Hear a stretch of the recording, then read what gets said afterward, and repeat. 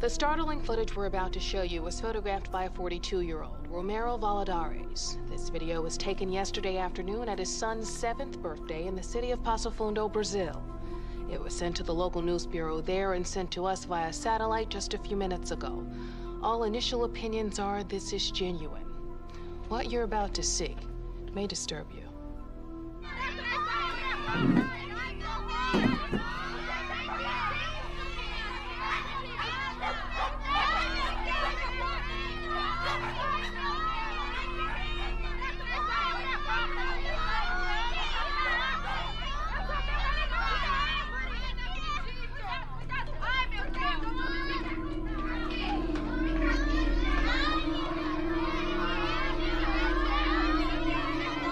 Move, children! Vámonos!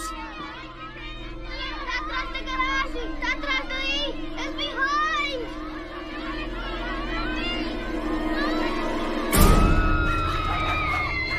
Oh!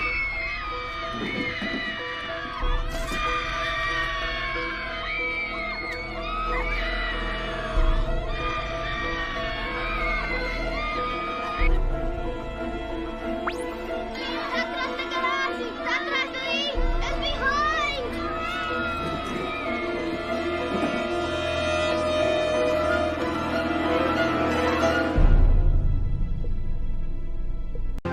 Round one, fight!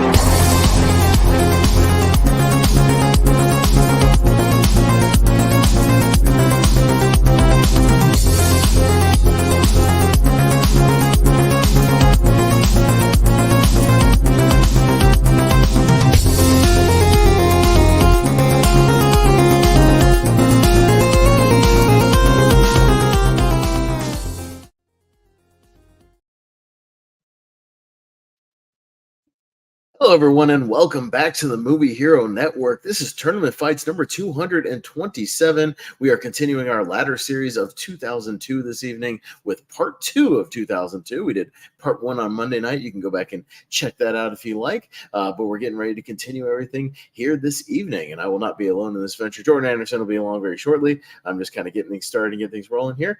But I do have a panel of guests with me tonight, so I'll bring them in kind of one by one here. We've got Chris Diaz. How's it going, sir? Doing good. Here to have fun. 2002 very good year. Saw a lot of kids movie as a kid in 2002, but a lot of adult movie enjoying now from back then. Yeah, well, we'll continue my trend tonight of take a shot every time I saw something in the theater and didn't see it again, because that's what happened tonight. But he's here, and there he is. I was waiting for him to pop on the screen. Malcolm Lay. How's it going, Malcolm? Malcolm might be having a couple of technical glitches tonight with his computer. It's going good. It seems to happen a lot when you try to start something, but yeah. All right. Well, hopefully it'll level out during the show. Good to have you here. Got Jonathan Caro. Welcome back to the show, sir. It's been a little while. How you doing? I'm doing well. Yeah, it has been a little while. Yeah, I just wanted to join in on 2002. I think it was a fairly good year. There's some very good movies in the mix, in the running, and some not very good ones, and we'll discuss them very shortly. Yeah, sounds good. And we've got Zach Shelton. How's it going, Zach? Good. Looking at some of the movies that weren't discussed on Monday, but also in the thumbnail, there's some good movies that are going to be discussed tonight. So looking forward to it. Yeah, we still got some good stuff here tonight. A few stinkers in there as well. We'll get to them, here and there. But that's what makes the ladder series so much fun, as we get to talk about all those movies. Malcolm, I've got the bracket. Unless you want me to throw it back to you, I can throw it back to you. It's up to you, sir. I'll let you run it just in case. Okay, well, I'll let you at least introduce everything because you made it, so I'll let you still do the intros for them. I'll just scroll them on over for you. But yeah, how it's going to work tonight is just like Monday night, just with part 2. We got the other 64 movies, or I should say the other, 50 or 60 something movies, because we got a few of our holdovers in here tonight, Malcolm, still from our previous years that will pop up. So if you see a movie not from 2002, there's some of the movies that have held over here in the latter series, but mostly 2002 stuff. And much like part 1, the Sweet 16 from tonight, we'll move on to our championship episode, which will be on Friday because we had a little hiccup in the schedule. So we just moved our championship to Friday as we usually do. And they'll join the Sweet 16 from part 1 in our championship half bracket. So that's how it's going to do. We won't waste too much time. Malcolm's got a hard out tonight at about 2.5 hours, so we'll make sure we try to get him through at least most of this as well so he can vote. But we'll go ahead and bring up the bracket then and see what our first matchup is. And I'll scroll it on over. And Malcolm, I'm going to put you kind of just behind me since you're kind of the ladder guy here. But here we go. All right, Malcolm, give us our first match. I've got Blue Crush up against Bloodroot.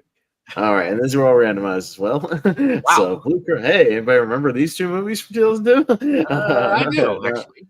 That's right. Like I said, everybody try to move fairly quickly. If I feel like you're rambling, Joe Hendry will make an appearance. All right, so let's go ahead, Zach.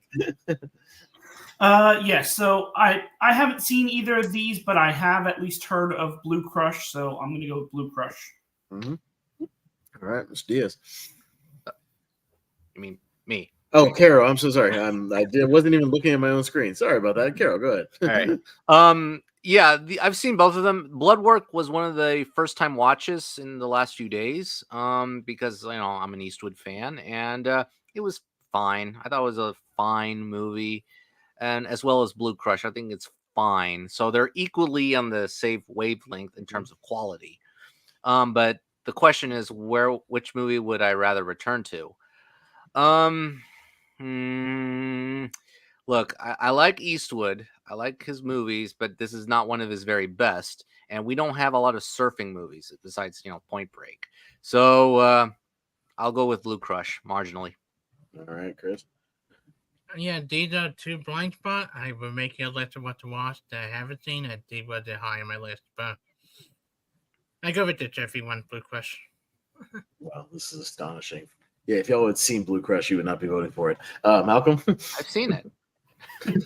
Talking to Zach and Chris. You would not be voting for it. I mean, I think I've seen Blue Crush once when it was out, but if I haven't watched it since because I haven't logged on Letterboxd since. But I'm more intrigued to actually watch Bloodroot. It's one I hadn't heard about. You're underwater, Malcolm. Yeah, Blue Crush. No, it's Bloodroot. I'm more intrigued by Clint Eastwood. There you go. Okay, there you go. Yeah, I saw Blue Crush opening day at the theater because I worked at it and I watched everything opening day. That movie sucks, and if you had seen that movie, guys, you would know that that movie stinks, and it is shitty. And look, Bloodwork, it's not Eastwood's best, but I still think it's watchable. Jeff Daniels is fun in it. I would rather watch Clint Eastwood go around bumbling around as a detective than that shitty movie again. But you guys wanted it, so you get your Blue Crush. You know what? I'll switch my vote to Bloodwork. Okay. Whatever. All right. I'll switch it. I like Eastwood, so Eastwood's you the made the man. right decision. It's a better movie. Yeah. Crush stinks. All right, Malcolm. What a banger of a match here. Okay. Well, we've got enough up against 8 Crazy Nights. Oh boy, we mentioned enough on Monday night, and here it is. Jonathan. Enough sucked. Enough is awful. I did not buy her as the tough, gal against this this creep. I forgot who plays him. I think it was Billy Campbell or some guy, but I just didn't buy anything from that movie. So, and 8 Crazy Nights, I don't love that movie. I've only seen it one time. It's okay. It's one of those the rare Hanukkah movies, I think. But by default, 8 Crazy Nights. Okay, Chris. I don't love 8 Crazy Nights, but I haven't seen enough. But 8 Crazy Nights have funny moment, some quotable moment. 8 Crazy Nights. Okay, Malcolm. Yeah, I haven't seen enough. I actually don't hate Crazy Nights. I like it enough. I like 8 Crazy Nights enough. Good.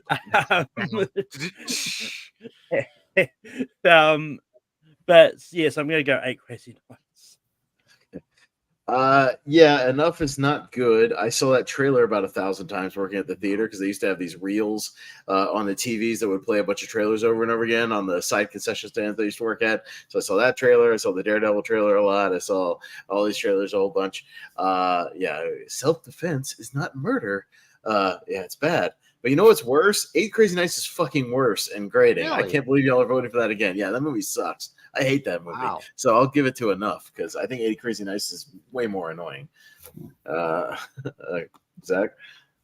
Yeah, this is another blind spot matchup, but I have 8 Crazy Nights higher on my list to see than enough, so 8 Crazy Nights. Man, what a match. All right. Yeah.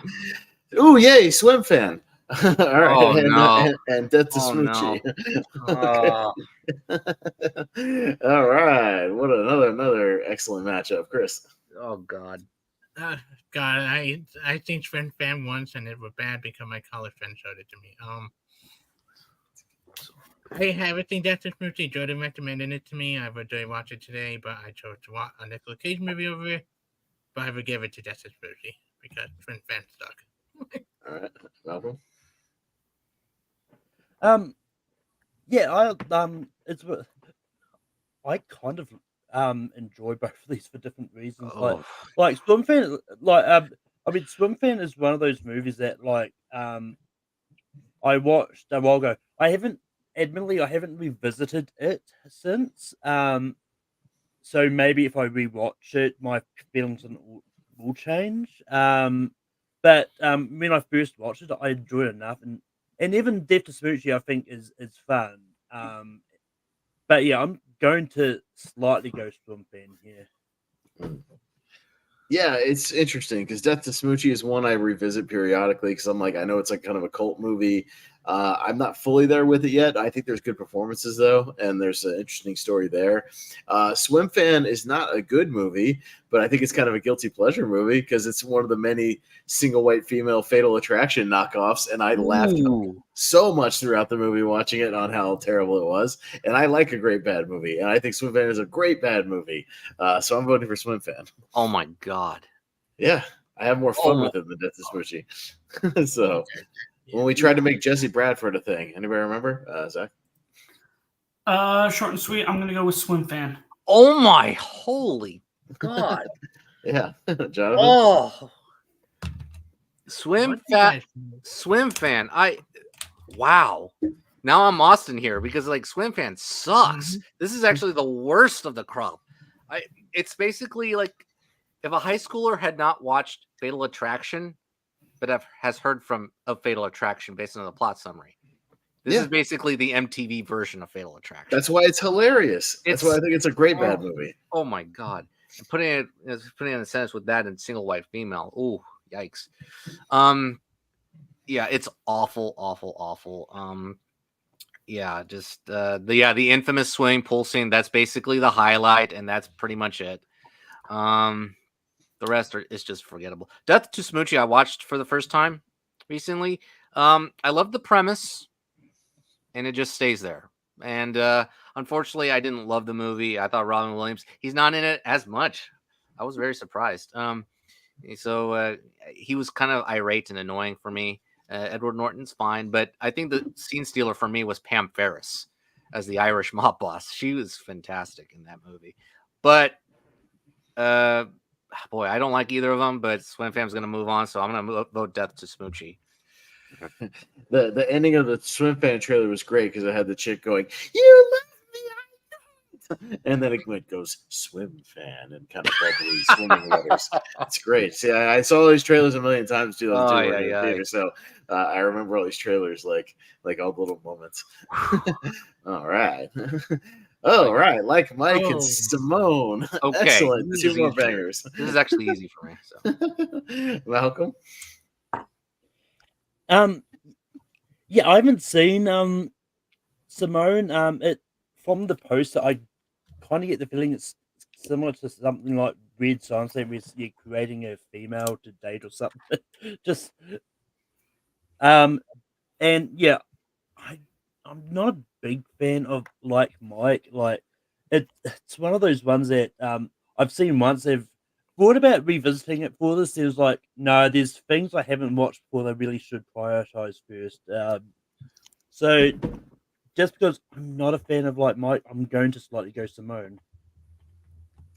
Yeah, Simone is the forgotten Al Pacino movie from 2002 that I'm convinced I'm the only one who saw in 2002 because I saw it even in an empty theater on opening day. And the premise is not really a thing to date. He like is a manager and creates like a model out of thin air that doesn't actually exist, and then has like body doubles running around, things like that. It's not a great movie. Again, it's a very forgettable movie.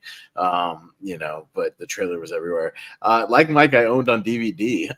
Like I don't love it, but I had it on DVD, and it's when Bow Wow was trying to put his hand into acting. It's another Jonathan Lipnicki movie if you want to see what he was up to a couple of years after Jerry Maguire. And Morris Chestnut looks exactly the same 20 years later. I'll say that. So I'll go like Mike. Why not? So, and somebody else who wants to be like Mike, Jordan Anderson. What's up? How's it going? Well, I just went, so you can go for like Mike and Simone real quick if you want to. Oh, I've never seen Simone, so I don't know anything about it really.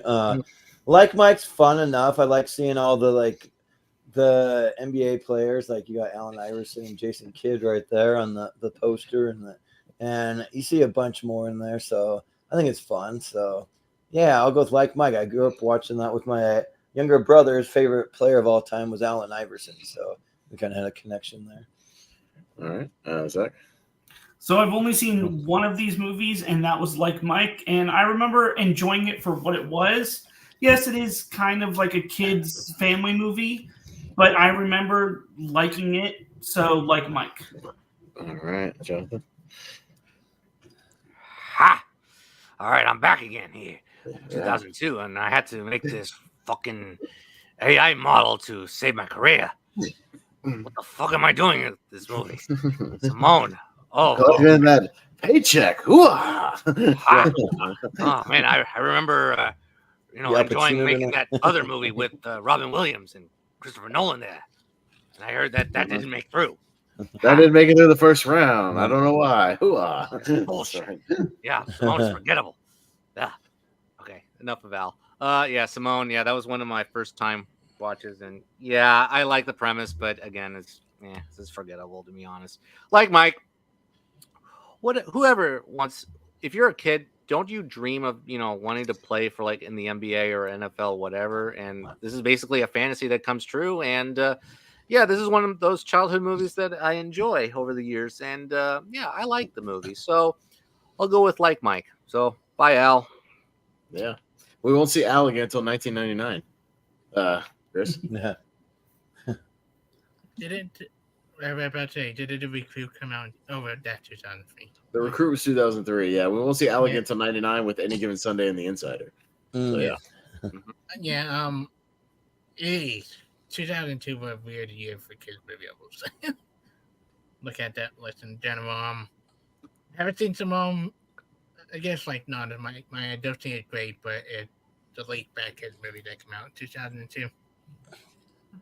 All right, so like Mike, we'll move on. Yeah, one of my favorite. No one really soft pedals the premise. That's right. Yeah.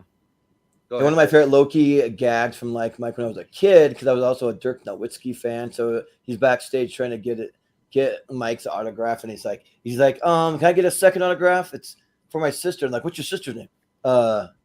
Dirk. My sister Dirk.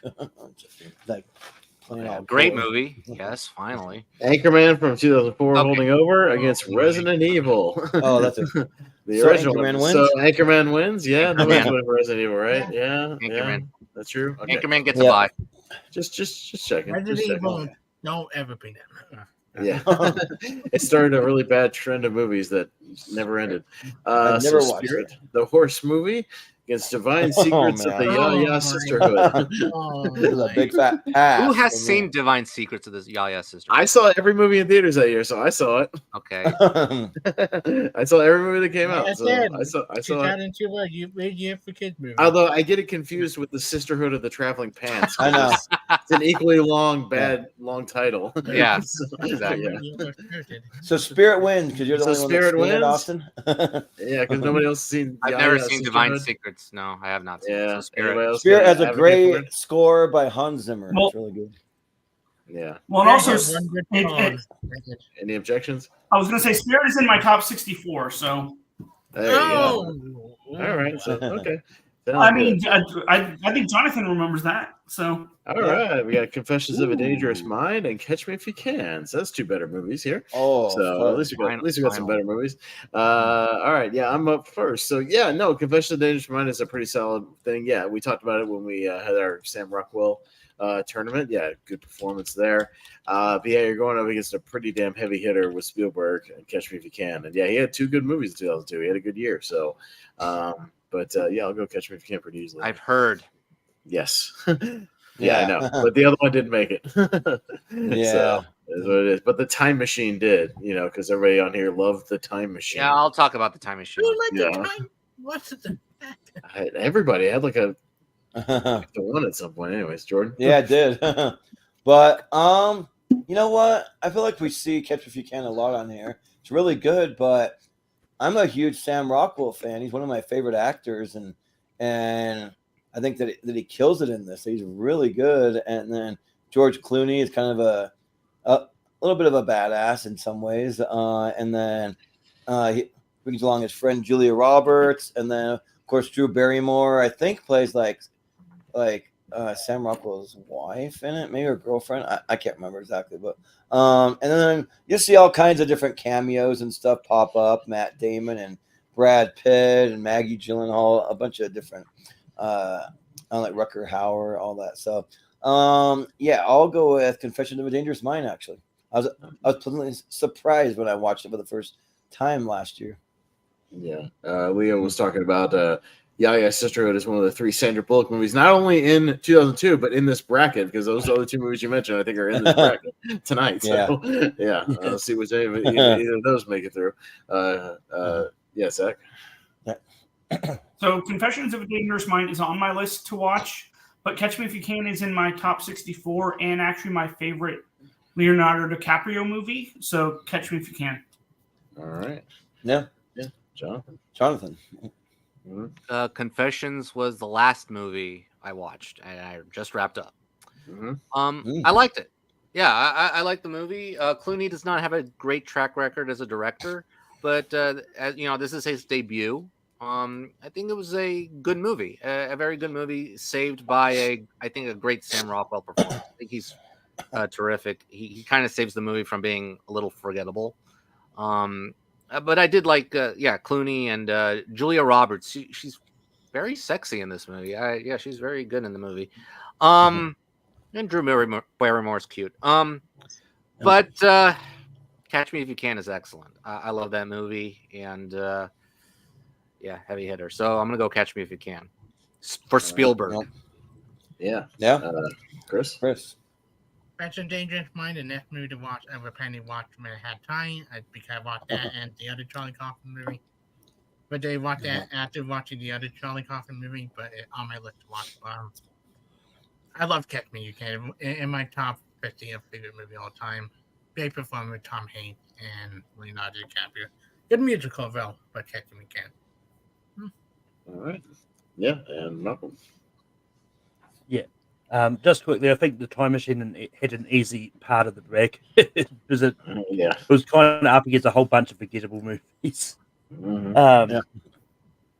But yeah, I did finally get around to watching Confessions of a Dangerous Mind because I know people were upset with me because I didn't watch it when we did Sam Rockwell on Rankin. And yeah, I liked it, and I think it's great. But yeah, and part of me wants to say put it through because I want to see Confessions of a Dangerous Mind up against Eternal Sunshine of the Spotless Mind potentially in the championship. But unfortunately, I like Catch Me If You Can more, so I'm going to Catch Me. Yeah. All right. Here we go. All right, so we went on And down to to say, Men in nice Black. haircut, Malcolm. I'm seeing it for the first time. Men in Black 2 against Die Another Day.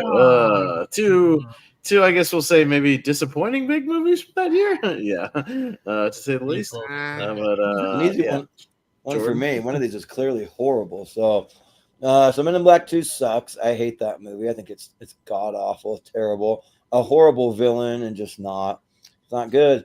Die Another Day isn't great, but it's still a James Bond movie, and it's still got Halle Berry in it, and it's got and Pierce Brosnan is decent. I mean, it's It's not even the best Pierce Brosnan at all, but it's all right, and I like the Aston Martin they use in it. So I'll go with Die Another Day. Zach. Yeah, so there's still a lot of James Bond movies I have to watch, and I think I did see the Pierce Brosnan movies. I don't remember them at all, so I have to rewatch them. The Ice but I have Castle. seen Yeah. I have seen Men in Black 2, and I think that's a very forgettable movie, so I'm gonna go with Die Another Day. Yes, the one with the guy with diamonds in his cheek. Yep. Jonathan. Yeah, I'm in agreement with you all. Men in Black 2. Yeah, of the three, it's the worst. It's not very good. Die Another Day. Yeah, probably my least favorite of the Brosnan movies. Not great, but there's some good moments. Yeah, Halle Berry. Actually, Halle Berry is the best part of the movie. I think she's fantastic as Jinx. The Bond girl. She actually does more than the Bond girl is required to do. Just look hot. She actually does stuff. Yeah. Aside from that terrible, terrible Madonna song, I'll go Die Another Day. Yeah, that's true. Chris, what do you say? Both of these movie fucking sucks. You know what? I gotta grant the grain of salt just because I think Howell don't at least try to give a good performance in Men in Black 2 and Black 2. Like, he is the best thing about that movie. All right, I'm sure. Tommy Lee Jones looks bored as shit in that movie. Yeah. But but somehow he looks even more bored in the third one. But I don't know how that was possible. Yeah, he gets progressively more bored with each movie. He goes asleep in the third one. Because that CGI in Die Another Day is some of the worst CGI I've seen in the movie. Yeah. Don't worry, Josh Brolin saves it. So, well, Malcolm, what do you say? Yeah. I don't know where I'd rank it, but I actually quite like the Die Another Day song that Madonna sings. I think it's good. Once again, I haven't sat down and ranked all the James Bond theme songs, so I wouldn't know where to rank until I do it. But yeah, and while Men in Black 2 is my least favorite of the original trilogy of the Men in Black movies, I still like it a little bit more than Die Another Day, so Men in Black 2. Yeah, we could do that for like a podcast. We could do like top 10 James Bond theme song, put it on the Patreon or something. But Austin. Yeah, I mean, I don't hate Men in Black 2 as much as everybody seems to. I don't think it's like great, but I it has watchable moments. I think it has some okay stuff. But yeah, it's nowhere near the first one. Yeah, and Die Another Day is not great either, but it's kind of so silly. It's kind of funny to watch. So yeah, the CGI, I can appreciate bad CGI and go back and watch it and be like, oof, man, him surfing is not good. Yeah, it's not good. Yeah. With this parachute is not good. But I'll give it a Die Another Day just slightly, but I don't think it's going to go very far. Surfing up against the oil skating scene for Argyle, and you get like two bad entertaining. There you go. Too bad spine. So we got Lilo and Stitch finally against Road to Perdition. All right. Oh, I hate it. So we'll see where this goes because I know a lot of people like Lilo and Stitch. So we'll see.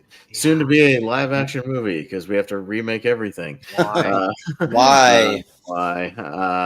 Zach. Yeah, so I've seen both of them. I think I saw Lilo and Stitch when it came out, and I haven't seen it since. So I need to revisit it.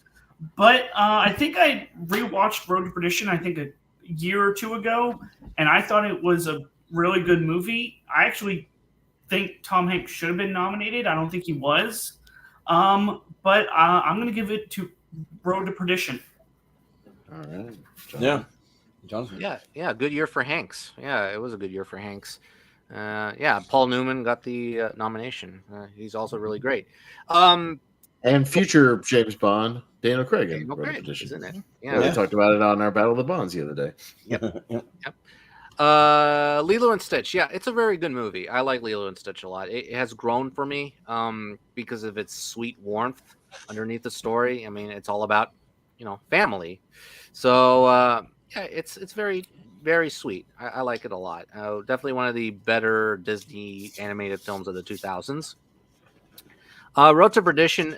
Yeah, an underrated movie that is lost in the mob genre, the crime genre, and nobody talks about it a lot. Although I think it's starting to build up a little bit over time. But yeah, I think it's one of Sam Mendes's best movies. One of the most gorgeous, probably the most gorgeous crime movie I've ever seen. It's fantastic, and it's a dark movie. So I would say slightly. I would say Road to Perdition. Yeah. Chris, what do you say? I love both of these movie. Lilo Stitch on a soft spot for me because of the last movie I saw before I moved away from Florida and moved to Connecticut. But it do have a soft spot for me. I love it. You know what? I get it on the dot here. Lilo Stitch is a sweet movie, a great movie about sisters. Like I love that storyline of the movie. All right. Yeah, Malcolm. Yeah, I like Road to Perdition. I think it's a good movie, but yeah, I love Lilo and Stitch. I think it's a fantastic animated movie.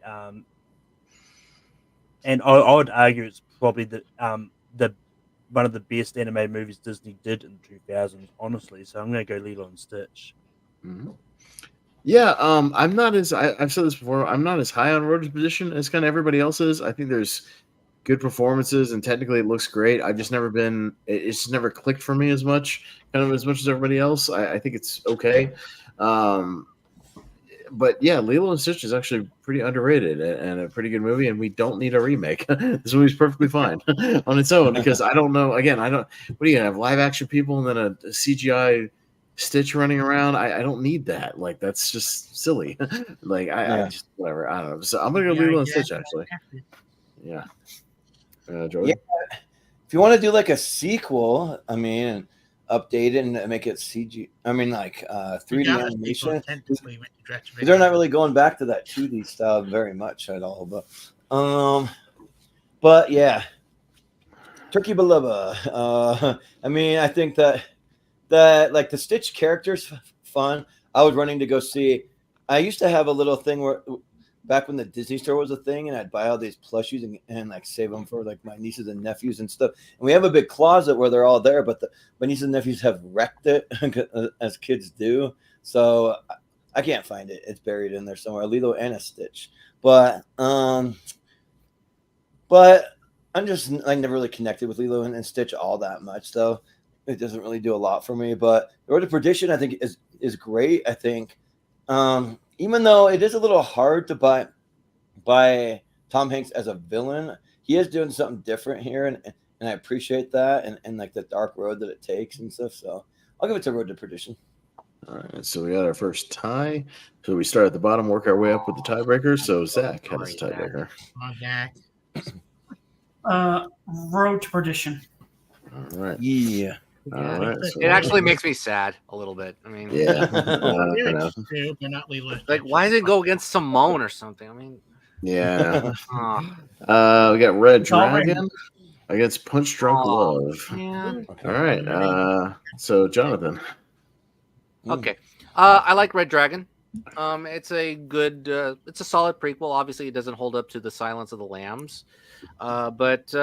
Yeah, I like how it started for a few of the characters, and obviously it ends with Clarice Starling outside the foreboding prison. So yeah, I liked it. Yeah, a great performance from Norton. Yeah, another Norton movie, by the way. Norton, Hopkins, Ralph Fiennes as the Tooth Fairy, Philip Seymour Hoffman. And we got another Philip Seymour Hoffman here, Punch Drunk Love. Yeah, that's right. Yeah, Hoffman versus Hoffman here. Yeah. And also Emily Watson. Hey, yeah, she's both. Yeah, she's both in the Red Dragon. She's in both too. Yeah, so nice crossover here. So, but Punch Drunk Love, it's a really good movie. It's a really amazing movie, and a very odd PTA romance starring Sandler and Emily Watson and Philip Seymour Hoffman. So, yeah, I'm gonna go Punch Drunk Love. Okay. Yeah. Chris. Yeah. Punch Drunk Love. It's one of the two movies I watched today for the first time. Oh. I am not an Adam Sandler fan. A lot of people know that. I love Punch Drunk Love. It's a very great performance for Sandler. Very funny. Phyllis Muhammad hysterical. That scene of them yelling at each other's phone made me laugh so hard. I like Red Dragon. I kind of prefer it when it was done in Hannibal TV show, but my vote go for Punch Drunk Love. Yeah. Malcolm? And I like the original, really different Red Dragon with Manhunter. I think much better version. Yeah. No. Yeah, I've never seen Red Dragon, and honestly, I'm not 100% sure I've ever sat down and watched Silence of the Lambs fully. That's definitely. But yeah, I love Punch Drunk Love. I think it's great, and yeah, I'm sure that's what I'm going to vote for. Yeah. Austin. Yeah, I like Punch Drunk Love. I don't love Punch Drunk Love. I love Adam Sandler's performance in it, but it's the movie itself I think is good. I haven't crossed over and think it's great yet. There's quite a few PTA movies I like more than that one. I kind of love Red Dragon. I think it's really unique and cool. It's a great detective story. Ray Fiennes is awesome. The whole cast is great. I think it's really kind of underrated and a really, really solid procedural. So I'm actually going to go Red Dragon. Jordan? Yeah. I've never seen Red Dragon before either. I mean, I'm not the biggest Hannibal Lecter kind of like movie fan. I mean, they're okay. They're good, but they're just not ones I like going crazy for anything. But I'm not a big Punch Drunk Love guy either. like Paul Thomas Anderson, like he's kind of hit and miss for me. I think that probably the only ones that I really like are like There Will Be Blood in Magnolia and Boogie Nights. Everything else is kind of like, but I mean, this one's kind of like fine for me. Punch Drunk Love. I think it's like a 6 out of 10 for me personally. And and Philip Seymour Hoffman has the best scene of the movie, I think. So I'll go Punch Drunk Love. Zach, what do you say? Yeah, so this is another matchup of two that I haven't seen, but I have wanted to see Punch Drunk Love for years, and I just haven't gotten around to it. So because it's higher on my list, I'm going to go with Punch Drunk Love. It's a shame Red Dragon can't move on, but some of these other ones can. There's at least three Sandler dramatic performances I like better than this one. So. Halloween Resurrection and the Scorpion King. Oh my god, that's a great poster for Halloween Resurrection. Yeah, I'll give it that. I like that. All right, we'll make it quick. Chris. Yeah, Chris. Fuck off, Halloween Resurrection. Scorpion King at least is guilty pleasure. Scorpion King. All right. Yeah, Malcolm.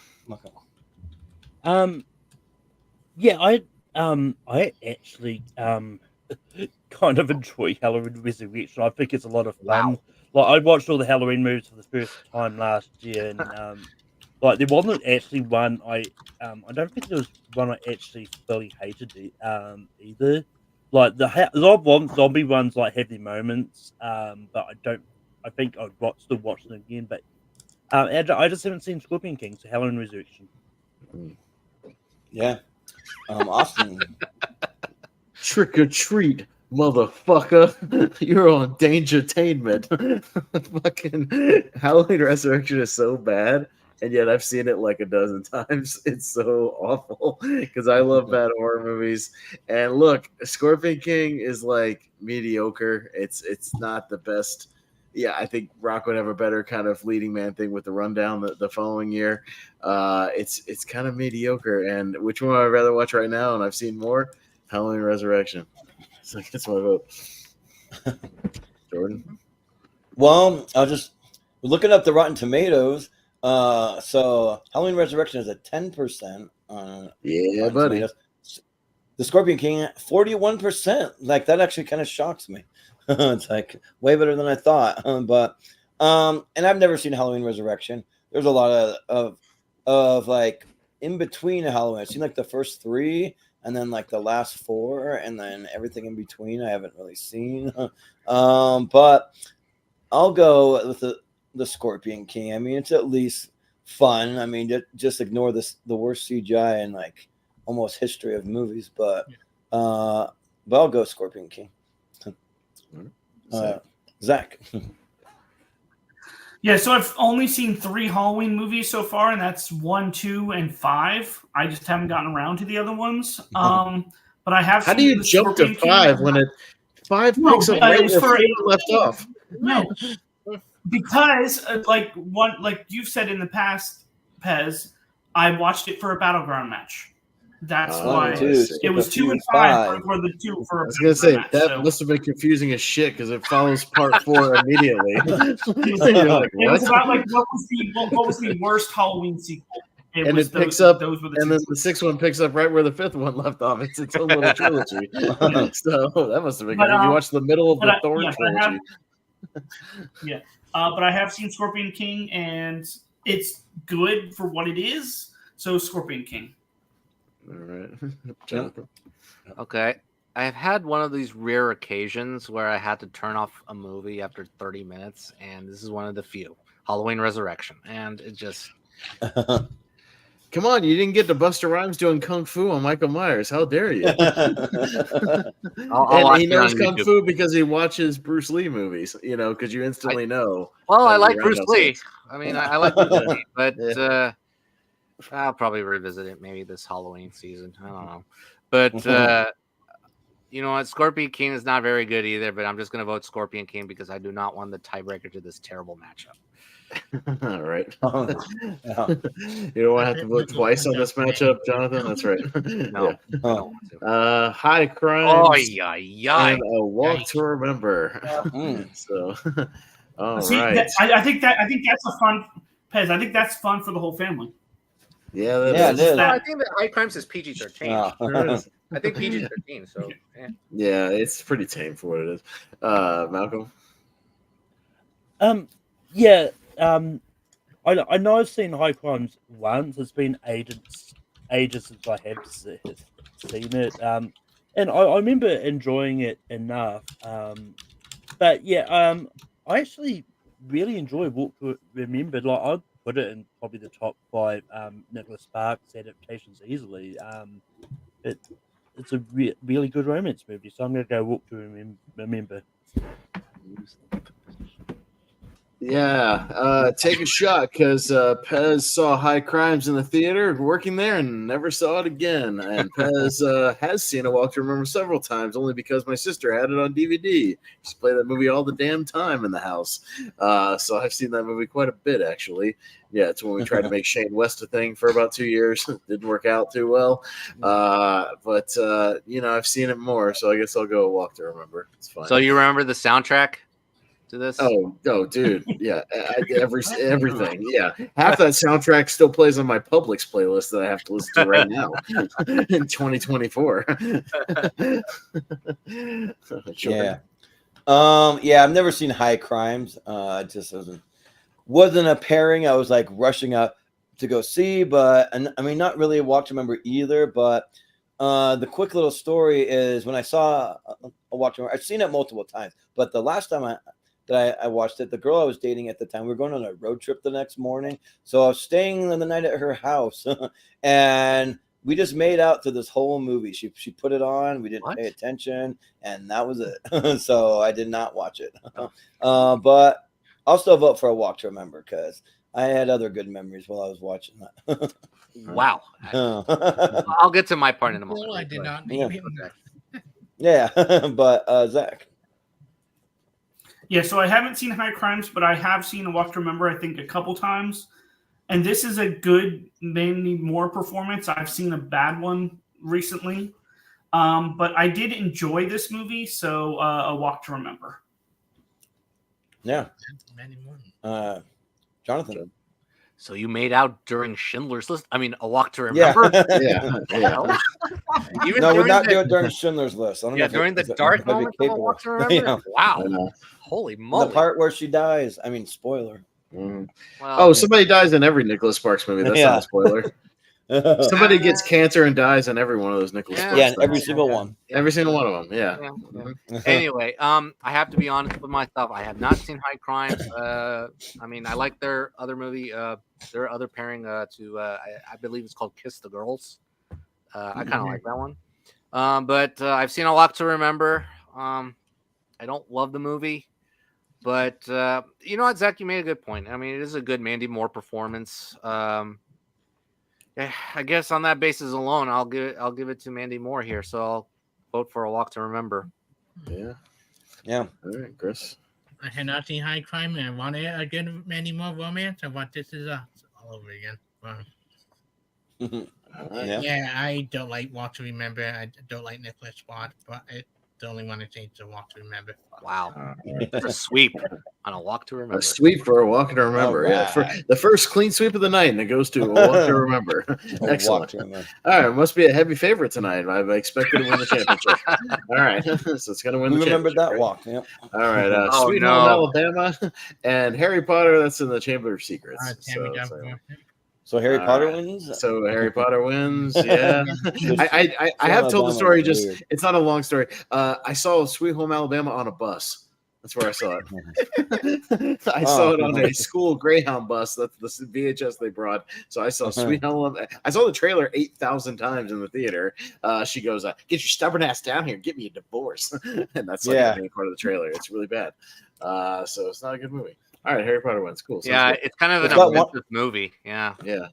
It's got wannabe Matthew McConaughey and Josh Lucas. That's what I call him. That's right. Yeah, no, he's really being Matthew McConaughey in the trailer. Yeah. So we got the other dark Robin Williams movie. Actually, the third dark Robin Williams movie of 2002, because Death to Smoochie and Insomnia and 1 Hour Photo. So cranking out dark performance after performance. And John Q. I might have seen these in the same weekend. I feel like I did. I don't know. Maybe, yeah, or like the same month or something. So yeah, I'm up first. Yeah, no, 1 Hour Photo is very creepy, but it's it's right up there with Insomnia for a very creepy, like good Robin Williams performance. And yeah, John Q is I don't mind the I think it's a pretty solid little thriller. It's got a good ensemble of character actors with him taking this hospital hostage. It's watchable. Not like the greatest thriller ever, but it's watchable. I'll go 1 Hour Photo just because I appreciate a really good dark Robin Williams performance, even though I think Insomnia should have gone on. That's a good performance too. But I'll go 1 Hour Photo. Jordan? Yeah, I think they're both really good. I have a friend who really loves John Q. She's like it's like one of her favorite movies. But for me, I think that it's good. It's definitely a really good movie. But I think 1 Hour Photo is great. Like I love Robin Williams' performance. I think that's really creepy and like a really kind of like subtle, kind of slow burn, but in the best way. Because for me, when slow burns can be hit and miss. When they work, they really work for me, and when they don't work, it's kind of like it's boring. But this one, I was engaged the whole time and just like on the edge of my seat as far as like what Robin Williams is gonna do next, what creepy weirdo thing he's gonna do, and worm or like weasel his way into this family's life, and yeah, it's just really creepy. So I'll go with 1 Hour Photo. Oh, hey, John Q's director Nick Cassavetes did the other famous Nicholas Sparks movie, The Notebook, right after John Q. So there you go. Good movie. And just in case anyone's wondering, I still haven't recovered fully from laryngitis. So if my voice sounds a little weird, that's why. I'm still. You do sound a little better though. Yeah, slightly. Yeah, but yeah, thanks. But Zach. Yeah, so I have seen both. Robin Williams does give a good performance in 1 Hour Photo, but it is disturbing at times. I'm going to go with John Q because I remember liking that movie more than 1 Hour Photo. So John Q. Mm-hmm. Yeah. Jonathan. Yeah, John Q had a few disturbing moments. Basically, yeah, John Q is like your hospital version of Dog Day Afternoon. Mm-hmm.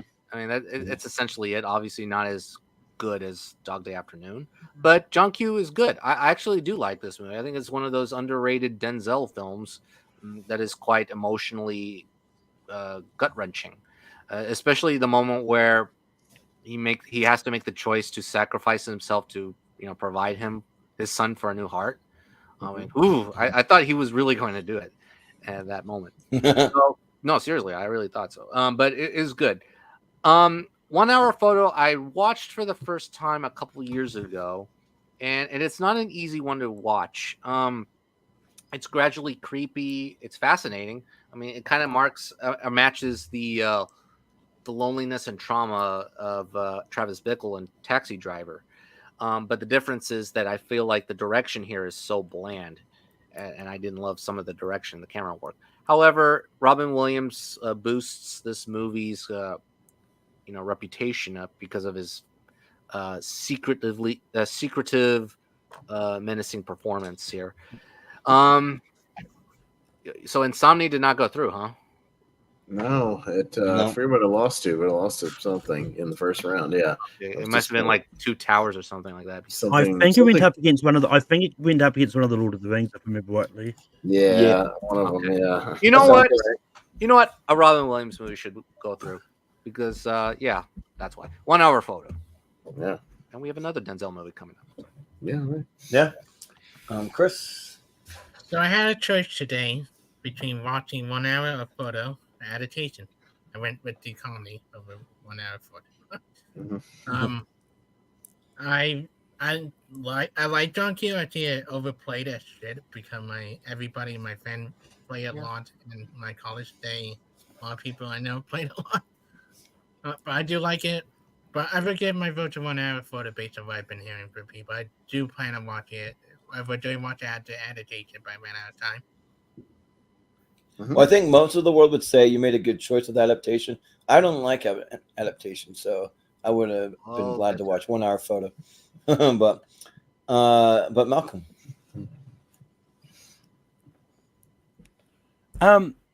Yeah, I like John Q. I think it's pretty good. But yeah, 1 Hour Photo I actually really enjoy. And it's one of those ones like it's crazy when you look up the director because he's a music video director, but he did like Johnny Cash's cover of Hurt, Shake It Off by Taylor Swift, and a whole bunch of other music videos in there. Wow. But 1 Hour Photo I think is a really great movie, and I really enjoyed it. So I'm gonna go 1 Hour Photo. Yeah. All right. 1 Hour Photo. Denzel will have a heavy hitter for 2001. We'll talk about it when we get there, and he might have a favorite to win one of those. A Big Fat Greek Wedding and Monsters Ball. Okay. All right, interesting. Jonathan, or excuse me, not Jonathan, Jordan. Sorry. I've never seen Monsters Ball, but I know that Halle Berry is very attractive in it, but I have not seen it. But My Big Fat Greek Wedding, I don't love either. I just I know that like most people do because it's like it might be the highest grossing indie movie of all time, but it's just not really my cup of tea. I just couldn't really relate a lot to it. So, but just because I've seen it though, I'll still give it a vote. I'll go My Big Fat Greek Wedding. Sure. Zach, what do you say? Yeah, so this is tough because this is another blind spot matchup, but these are two movies that I've heard so much about. Just slightly, I'm going to give it to My Big Fat Greek Wedding. Yeah. Jonathan. Yeah, this is a good matchup. I hate to be that guy, but Monsters Ball was released in 2001. And it was wide released in 2002. Wide released 2002. Okay, fair enough. That's what Malcolm goes on IMDb and looks at what the wide release was. Yeah, we had this conversation off air. I know Monsters Ball just Halle Berry won the Oscar in 2002 for 2001. I'm just saying. Yeah, but anyway, Monsters Ball, it's good. It's not a great movie. I think it's a good movie based on the strengths of the performances. Halle Berry's great. Heath Ledger and Billy Bob Thornton and Peter Boyle as Thornton's racist father. So they're great performances. It's not one I would go rewatch though. I mean, it is a dark movie at points. It's also kind of a graphic movie at points as well. I mean, there is one infamous scene that involves Barry and Thornton. Look it up if you want to. It's your choice. But My Big Fat Greek Wedding, I love to pieces. I actually appreciate this movie a lot because I have a big family as well, and I think it's generational for a lot of people, and it is definitely a rewatchable romantic comedy. So My Big Fat Greek Wedding gets my vote.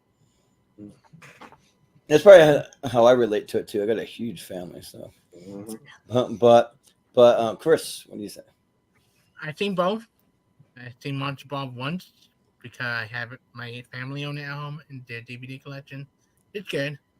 I have to go back and rewatch eventually to see how for many years later. But I love My Big Fat Greek Wedding. It's funny, it's relatable, and I love Andrea Martin as one of the many family members. Like, it's sad that the sequels suck as shit, but I do love the first one. The sequels are awful. The third one is one of the worst movies I've ever seen. That third movie is awful. Holy shit. What was the third movie about? I don't know. Your guess is as good as mine. Because it's edited so fucking poorly, I can't remember. About the daughter or something? I don't know. And they go to Greece and film the scenery, and that's it. Father dies, daughter, college. I don't know. Yeah, the father was the best character in the movie. It's just that, like that, when you lose the best thing. There's a random wedding. I don't know. They always have to work a wedding in there, even if it's not a wedding. Yeah, shoehorn a wedding in there. Yes, there you go. Thank you. Malcolm. Yeah, no. I watched Monsters. Funny enough, I didn't watch Monsters Ball for this. It came up for something. I think it came up for ranking was something that I was doing this. And that's how I discovered that it actually had its wide release in 2002. Otherwise, I probably wouldn't have known. We probably would have had Crossroads here. So, but regardless, I like Monsters Ball. I thought it was good. But My Big Fat Greek Wedding is the better movie here. So it's getting my vote. Yeah. Austin. Yeah, no, Monster Ball is solid. Yeah, good performances, but My Big Fat Greek Wedding is in my top 64. I loved that movie. Really? I watched that movie become a phenomenon in the theater. Jonathan, it sat in theater number 5 on the back row of the theater and was damn near sold out at the 7:30 show every single night for about 6 months. I swear to God, I watched that movie be sold out goddamn near every night, and it was kind of fun to watch. It just pick up an audience, and people were seeing it over and over again. It was very cool to watch. And yeah, I just fell in love with that movie. You know why it's a great rom-com? I'll give you one great reason. It doesn't have the 15-minute breakup that every rom-com has. You know, the 15 minutes in the back half of the movie where they always have to break up for 15 minutes and then get back together. Doesn't have that. You can have a rom-com where they don't break up, people. It's possible. They just love each other and they care about each other and they're battling with some other problem, but they stick together. You can have that. Yeah. And this is proof of that. You don't have to do that cliche bullshit that every one of these fucking movies does. So stop doing that, people. It's bad and it's predictable and it's cliche. So My Big Fat Greek Wedding wins, and I'm happy about that. And that's a sweep, yes. Miyazaki's Spirited Away and Friday After Next. Easy for me, Zach. Short and sweet, Spirited Away. Okay. Jonathan? No shit, short and sweet. Spirited Away. All right. Chris? Short and sweet, Spirited Away. Have not seen any of the Friday movie, but Spirited Away. Friday's good. Yeah. Welcome. Yeah, I don't like Friday After Next. I really like Spirited Away, so Spirited Away. Yep. Austin? Short and sweet. I don't like anime, so Friday After Next. Hey, yeah. I'm not an anime guy. I'm not a Ghibli guy. Friday After Next is actually really underrated. It's very, very fucking funny. Very funny. So I'll give it a vote. Yeah. Spirited Away, I watched. I just didn't really connect it. She goes on some kind of journey in like a weirdo place. I don't know. I didn't really get what was even going on. That like guy with the hood or whatever, that white face, like showed up, but I don't really know what's happening. So it's just hard to really follow it, but because it's all fantasy. But Friday After Next, I think, is the second best of the trilogy. I think that it's pretty good. I like this stuff. where they do. They have the Santa Claus, and it's a Christmas movie, and I appreciate that. So, yeah, I'll go Friday after next. All right. Mm. Smearing away. better And there we Christmas go. All right, excellent. Well, a couple of those skips help us. We came in under an hour on the first side, so excellent job, nice. everybody. So Does let's George keep want up. to see the first 3 or What's that? Oh yeah, what's the first 3 that I missed? 4? Oh yeah, you didn't miss much. It Oh, yeah, was you didn't kind of a miss lot of much. media. Oh, Swim God. fan over Dust to Smoochie because it's silly. Crazy Nights over okay. enough. I mean, whatever. Blood work over Blue Crush after I convinced Jonathan to change his vote because Blue Crush sucks. Wait, All right. I don't even know what that is.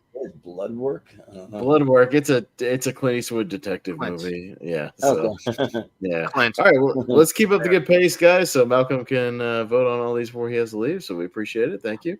And maybe there'll be a couple more we can skip by. We'll see. We got Murder by Numbers and K-19 The Widowmaker. So more Sandy B. And then Harrison Ford and his bad Russian accent. Jonathan. Yeah. Oh, okay. Let's see. Oh, I have not seen Murder by Numbers. Yeah, I that's one that I have not gone around to. I have seen K-19. It's a good movie. Aside from his bad Russian accent, because really the scene stealer for me is Liam Neeson. I think Liam Neeson does a very good job as one of the captains of the submarine. And the radiation scenes are very tough to watch. It's grueling. And Catherine Bigelow does a very good job in the direction. So a little long, but so it's not one of her very best, but I think K-19 is a solid movie. So I'm going to go K-19. Yeah. Chris? You guys told me more just saying that than what I was looking at when deciding what to watch. But I have not seen either, but I go with K-19 after Jonathan just explained it to me. Well, thank you. Yeah. Malcolm? Yeah, I like K-19. I think it's good, but I like what it was. I actually enjoyed Murder by Numbers a little bit more, so Murder by Numbers is my vote. Yeah. Austin. Oh, Barber Schroeder, director of Murder by Numbers, directed a movie we mentioned earlier with Swim Fan. Single white female. Single white female director.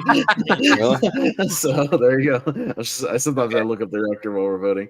I knew who directed K-19. I knew it was Catherine Bigelow. But the funny thing, the one thing I remember about Murder by Numbers, besides the fact that I saw it once in theaters and never saw it again, was when it opened, there was a big kerfuffle with my manager because there was a bunch of 10-year-old kids sneaking into Murder by Numbers because it was rated R and they were trying to chase him and get him out of there. I just remember that. Yeah, the good old days, just chasing those kids, watching that dastardly Murder by Numbers crime thriller. Don't want them to see that. Now, K-19 is a decent thriller. I mean, joking aside about Harrison Ford's accent, it's a decent little submarine thriller. Came out almost the same year as U-571. I think that's 2001. So a couple of submarine movies back to back, but I'll go K-19. Yeah, I haven't seen Murder by Numbers. It's just I pretty much, not on purpose, but skipped all the Sandra Bullock movies this year. I haven't seen them. So, but I think she was in 3. But yeah, she was in 3 because we still have 2 weeks notice coming up. Yeah. Oh, you know what? Actually, I've seen 2 weeks notice, so I did see one. But K-19, it was decent enough. I've never seen it with my grandparents, and my grandparents have always been one of those people that you go to the movies and money is not an option. So buy as many snacks as you want. And it's on her. She'll buy snacks for everyone, even though they're really expensive. So that's always fun. But the thing is, she doesn't go to the movies that often. But we did go see K-19. I remember we saw 2 movies. I can't remember what movie came out that around the same week as that. There's some other movie, but was Pay It Forward? Was that this year? No. I can't remember. No, that's 99. 2000. That's 2000. Okay. Or 2000. Because that was another time I went with my grandparents, but it Definitely must have been a separate time. So, but yeah, I'll vote K-19 though. Zach. Yeah, so I haven't seen either, but Jonathan kind of sold me on K-19, so K-19. Well, Well, Yeah. thank you. All right. Well, yeah. Okay. You don't need to like rush out to see it, but if Yeah. it's on cable or something, or you come across it on a It's a- streaming service for free, you can watch it. Yeah, it's a good stream. Yeah. It's a fine stream on a Sunday afternoon. You Yeah. want to watch a 2-hour submarine movie, watch it. I got Yeah. Frida and Igby Goes Down. Okay. All right, so Chris. I have not seen either of these. I forgot about Igby. I know it did mention once or twice trivia. I asked Jordan Owen about it, Frida, and he said, "Oh, a nudie film." Because we're trying to figure out what to watch today.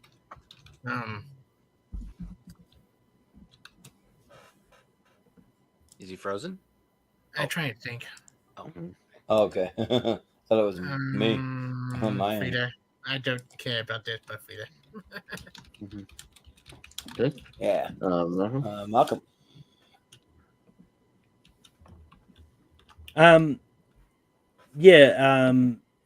This is because I actually watched both of these for these. Frida was one of those movies that I wasn't sure I was going to like from what I had heard about it, because I'm pretty sure because I think Salma Hayek was nominated for Best Actress for this. But when I sort of heard about it, like I thought it was a foreign language movie. I was surprised that it actually wasn't, or at least not completely anyway. But it was a good movie. Like and Igby Goes Down, I think, is a solid movie as well. But I'm slightly going to go Frida. Yeah. Austin. Yeah, no, Igby Goes Down, I thought was one of the little underrated movies around then. Yeah, this is kind of like Kieran Culkin's little coming out party. This, kind of a coming of age movie. I think it's pretty solid. It's the second Rory Culkin movie as well. He's also in Signs, and he's in this movie too. No, it's not bad. I mean, hell of a cast: Susan Sarandon, Jeff Goldblum, Claire Danes, Jared Harris, Miranda Peet, Ryan Phillippe, Bill Pullman, Rory Culkin. I mean, a bunch of people shows up, and I like it. So I'll go Igby Goes Down. Yeah. I've never seen either one of these, but if you put these two in front of me, I'll watch Igby Goes Down probably way over Frida. I'm just more of a coming of age type of guy when it comes to movies. I'm a big fan of those, and that cast is just stacked. So I mean, so I'll go Igby Goes Down. I'll put this out there. I don't think you're going to like Frida. So, yeah. Frida is not a Jordan movie. I'll tell you it's that. It's a slow pace, like biopic with set in like an old timey setting. I'm probably not. Well, I will say this: look up the reason for the R rating. Okay. I'll just. Okay. I get what you're saying. Yeah. I'm picking up what you're putting down. Yeah. But Zach. Up until this matchup came up, I had never even heard of Igby Goes Down, but I'm going to go with Frida because I think it was a month or two ago I watched a video about Alfred Molina breaking down the movies that he's been in, and it really got me interested in watching Frida. So Frida. Yeah. Sounds good. Jonathan. Interesting matchup. Igby Goes Down. This is a movie that I had not heard of until I saw it about almost 3 years ago, and I liked it a lot more than I thought. I thought it was a very good coming of age movie. Kieran Culkin basically uses that obvious sarcastic tone that he embodies in his character from Succession. But he's a lost and likable character in this movie. He's not he's not a observant kind of guy where his prospects do not look cheerful as he spends so much time in that rich lifestyle. So, and I think it's a very good movie. Frida, this is going to be shocking. I did not like Frida. I thought Frida. I thought I was going to get something about her artistic lifestyle. I got very little of that, and I've only mostly got away from that movie, or took away from that movie, is the troublesome marriage between Frida and her husband, and I thought it just kept on going, and I got a little bored of it in the middle of the film. But it has a stacked cast. We got Hayek, Ashley Judd, Alfred Molina, and here we go again, Edward Norton. He's in the movie, and Jeffrey Rush. So, yeah, I did not like it, unfortunately. So I'm gonna go Igby Goes Down. All right. Yeah. Well, you got the tiebreaker, Jonathan, so you can not vote for Frida again. Yeah, Igby Goes Down. All right. There you go. Moving down to Jason X and Pirates of the Caribbean, Curse of the Black Pearl. Pirates? Pirates? Yeah, I think. Are we voting through Pirates? Fuck that. I would vote for Jason X just because we see Pirates just won a damn tournament. I think Jason X is fun as shit. But No? I'll probably be the only one. But Who's I think first? Jason X is super fun. Who's first then? Yeah. Well, I'd be the only one. Everybody else is voting for Pirates. That's fine. Like, right? Yeah. Am I right? Pirates. Yeah. Yeah. Yeah. So that's fine. Well, I just one want to say, I Jason X. would have gone Jason next to the. Oh God. Okay, so we're me and Malcolm then. All right, so but Pirates is gonna win. That's fine. It's fine. Yeah. I figured. I mean, it would have been for the same logic as you really. Because, as much as I love Pirates, I think Jason X is fun. Yeah, it's fun. I love I to just go with don't- logic, but don't not get on that. that one. I don't get the mask on that. Is it set in the future or something? Or like So, kind of. So it's set in the present day, whatever present day. It's like 2000 or whatever, and then he gets cryogenically frozen with another lady, and then they get taken up in a spaceship, and then he's still old school Jason for a while in the future, and then he eventually gets blown away, but nanotech puts him back together, and he becomes Uber Jason, the mask on the right, and becomes like Terminator Jason, like Cyborg Jason.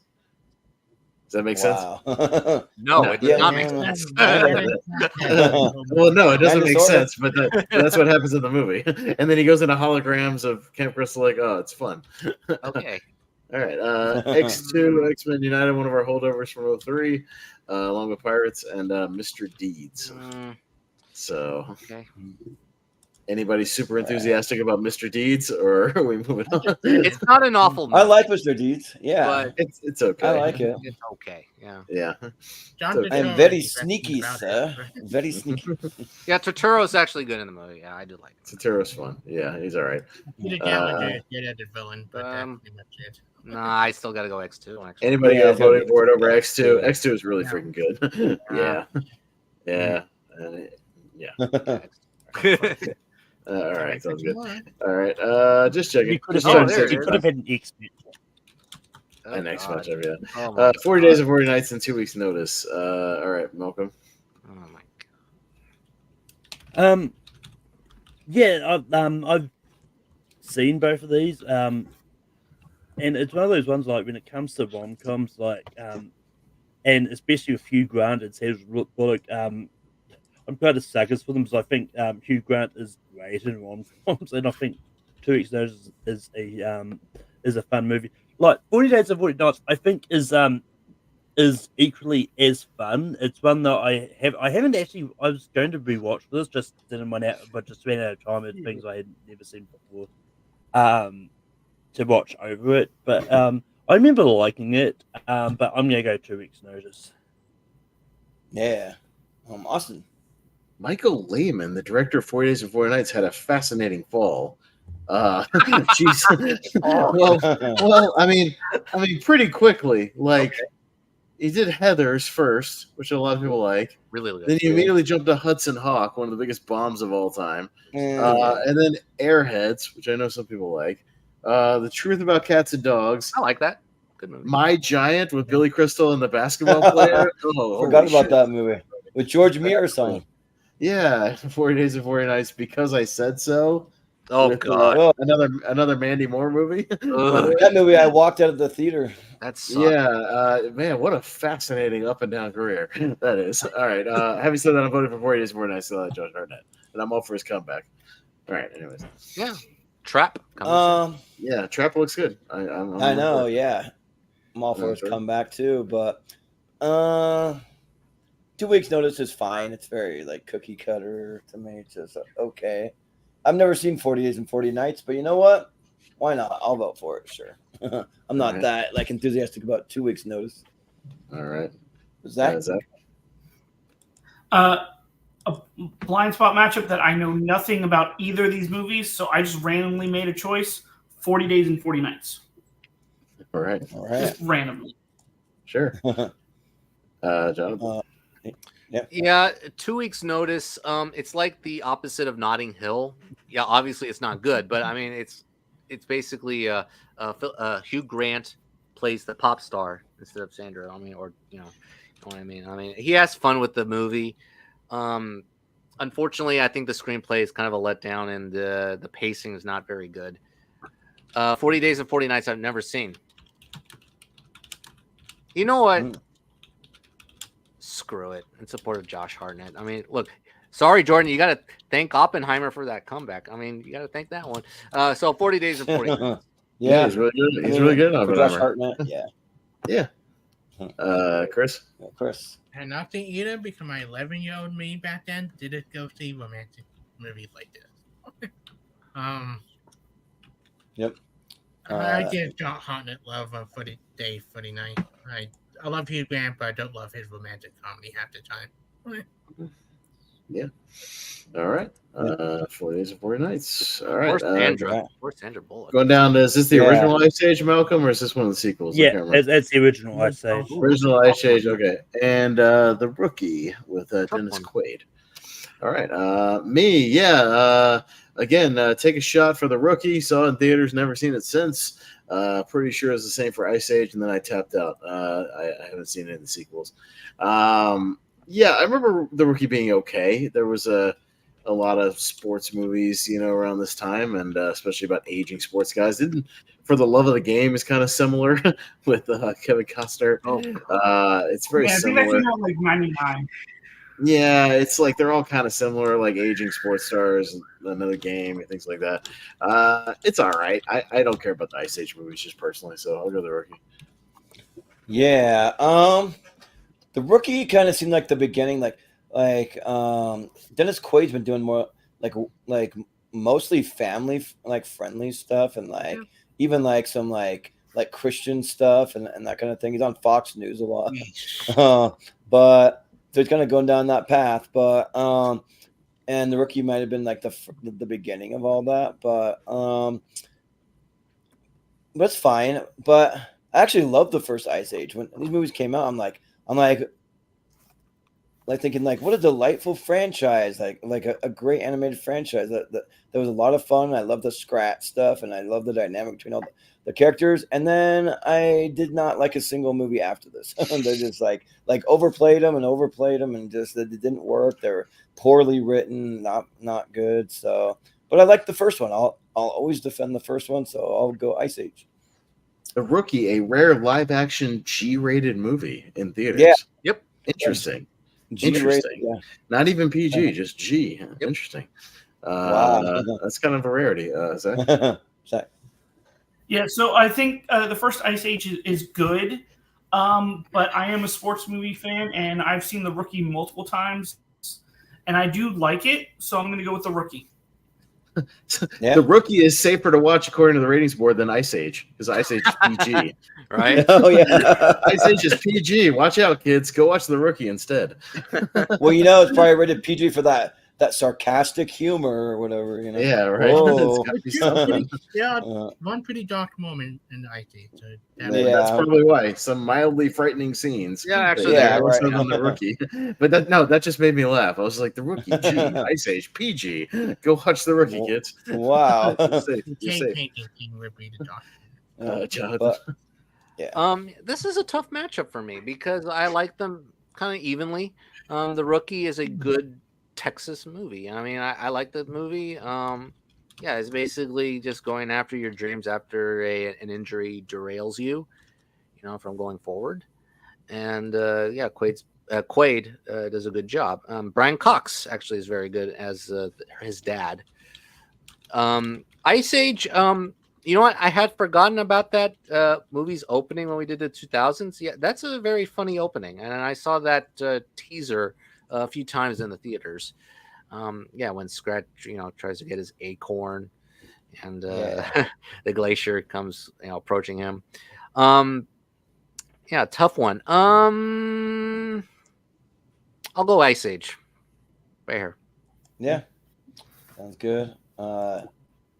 Chris, I like both of these movies. I do. I am a defender of Ice Age 3. I will say that. Come at me. I think Simon Pegg was a great addition to the third one. But I do like the Ice Age first one a lot. The cave painting scene in Ice Age is a really standout scene. All the Ice Age very with what happened to many parents, like the way they do that.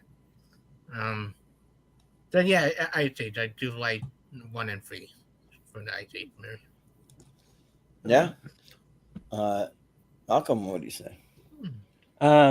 First of all, I don't think anyone realizes this is a battle of the Dennises because Dennis Leary's in Ice Age, Dennis Quaid in The Rookie.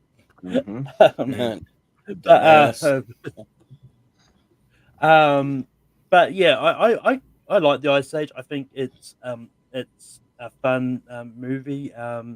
But I was surprised at how much I enjoyed The Rookie. And because I watched it for the first time for this, and it's a lot of fun. So I'm gonna go The Rookie. Okay. Yeah. So we actually have another tie. So Chris, you got the tiebreaker this time.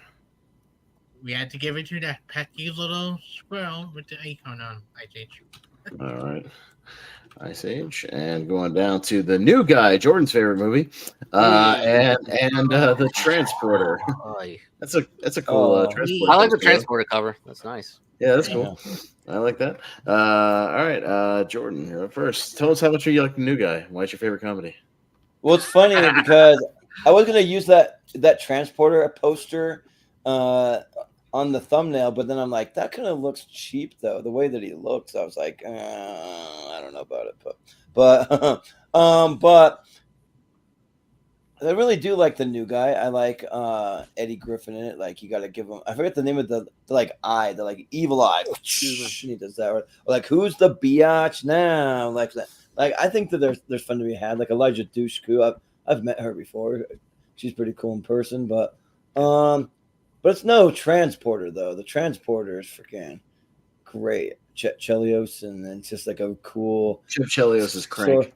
Oh, that's Crank. This is Frank Martin. Frank Martin. Yeah, he always has those like really like iconic names that just sound like an action star. So I get them kind of mixed up. But yeah. So Frank Martin. And yeah, I think I like all the Transporter movies except for the one where they had the other guy that wasn't Jason Statham. So that one sucked. But the other ones are good, and so I'll go with like. As much as I do like the new guy, it's not like my favorite comedy.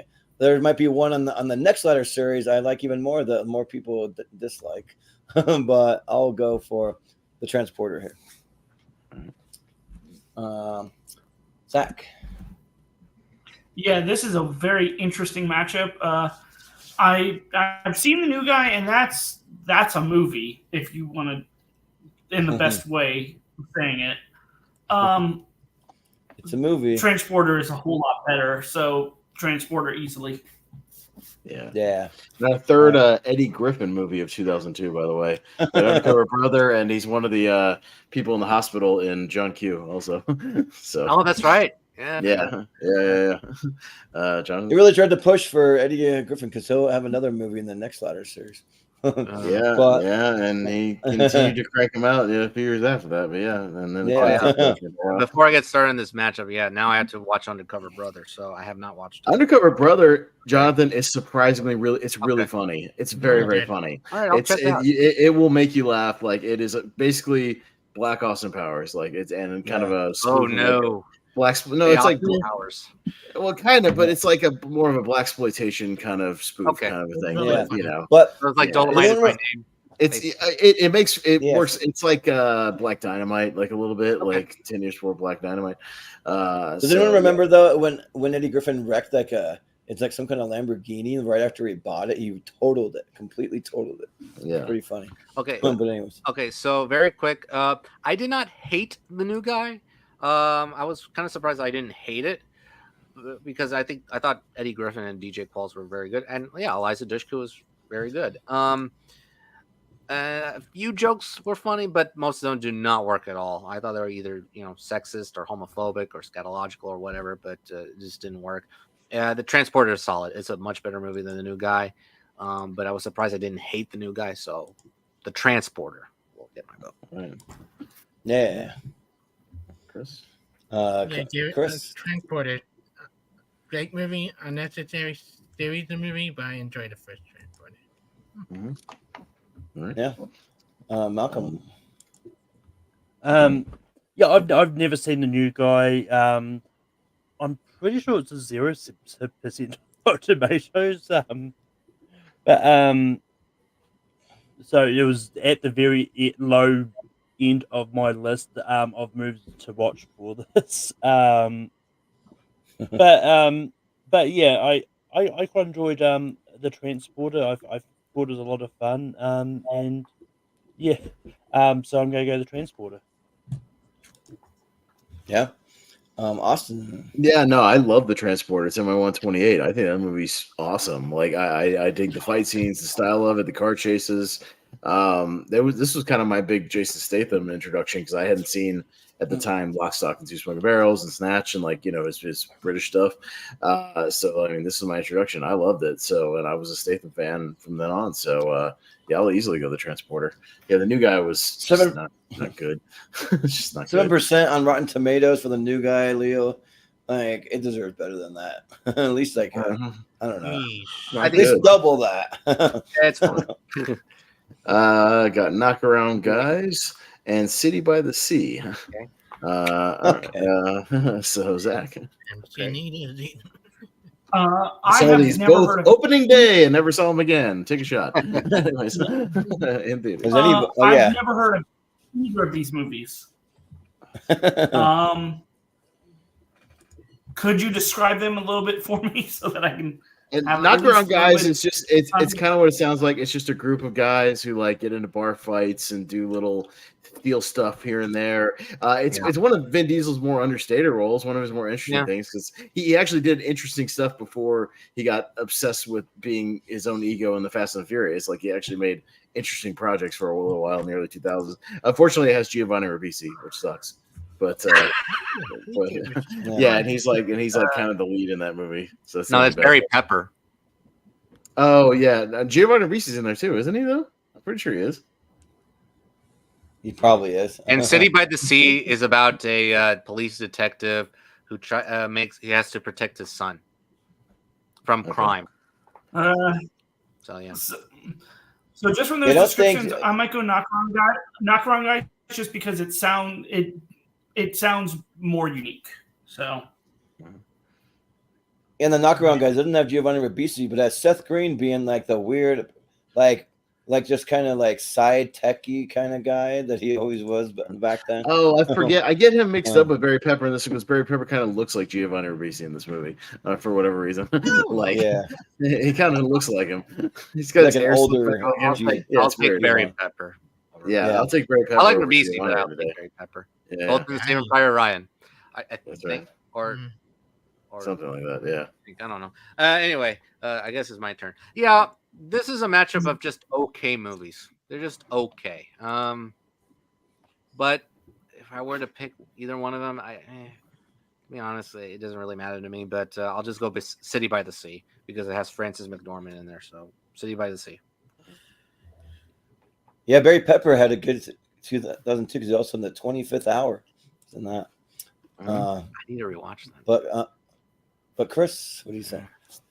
I have not seen either of these movies.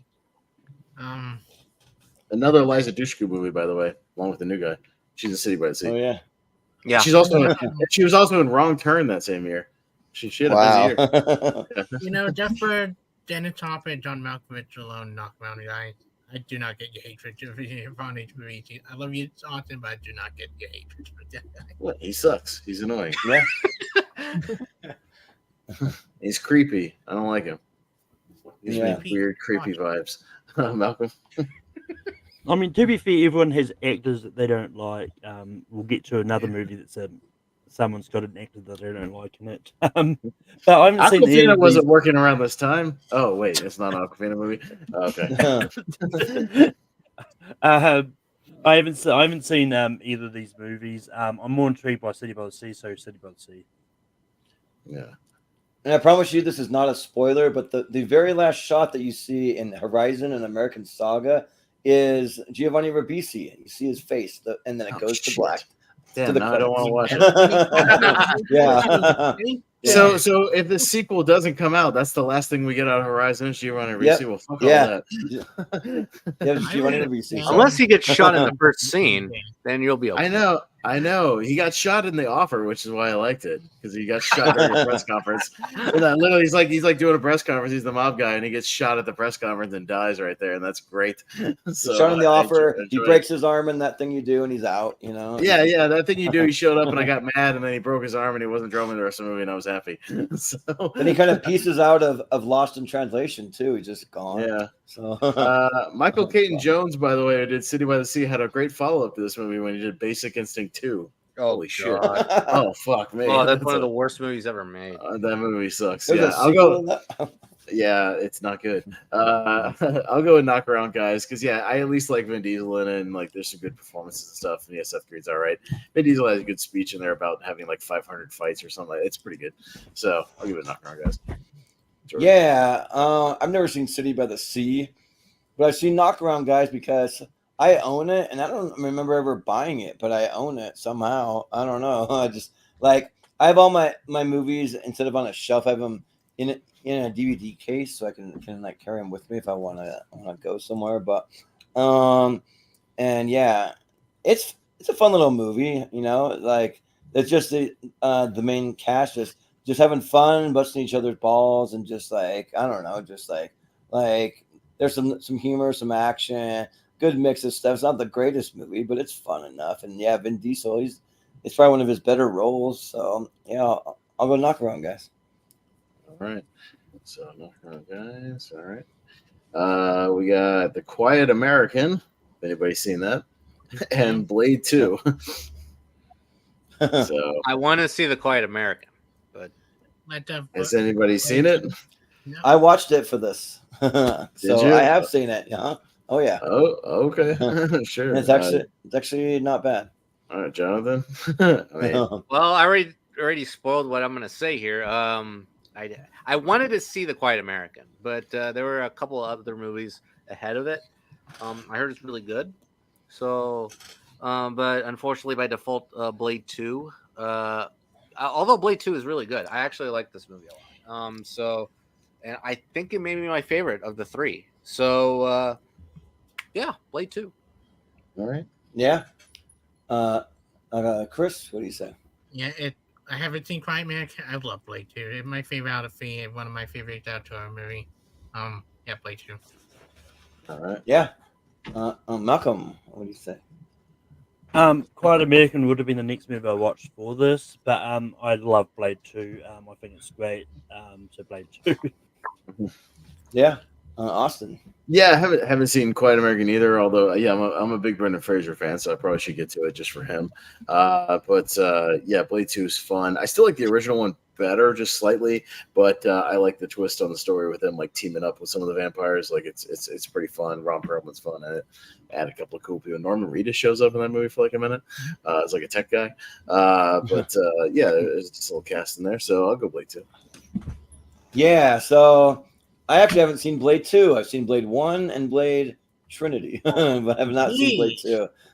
Yeah, for whatever reason. Because I just caught Blade Trinity on TV. That's why. Because that movie comes on TV a lot. I don't know why it plays more than the other ones, but probably because of Ryan Reynolds. But The Quiet American is actually really good. Like it's basically Brendan Fraser and Michael Caine. They're in Vietnam during the French Indochina War. So it's like we're like Europe is at war with China, but they do it in Vietnam somehow. And I think it's something that happened like even before like the real Vietnam conflict actually like all went down. It's like a precursor to it. And yeah, it's really good.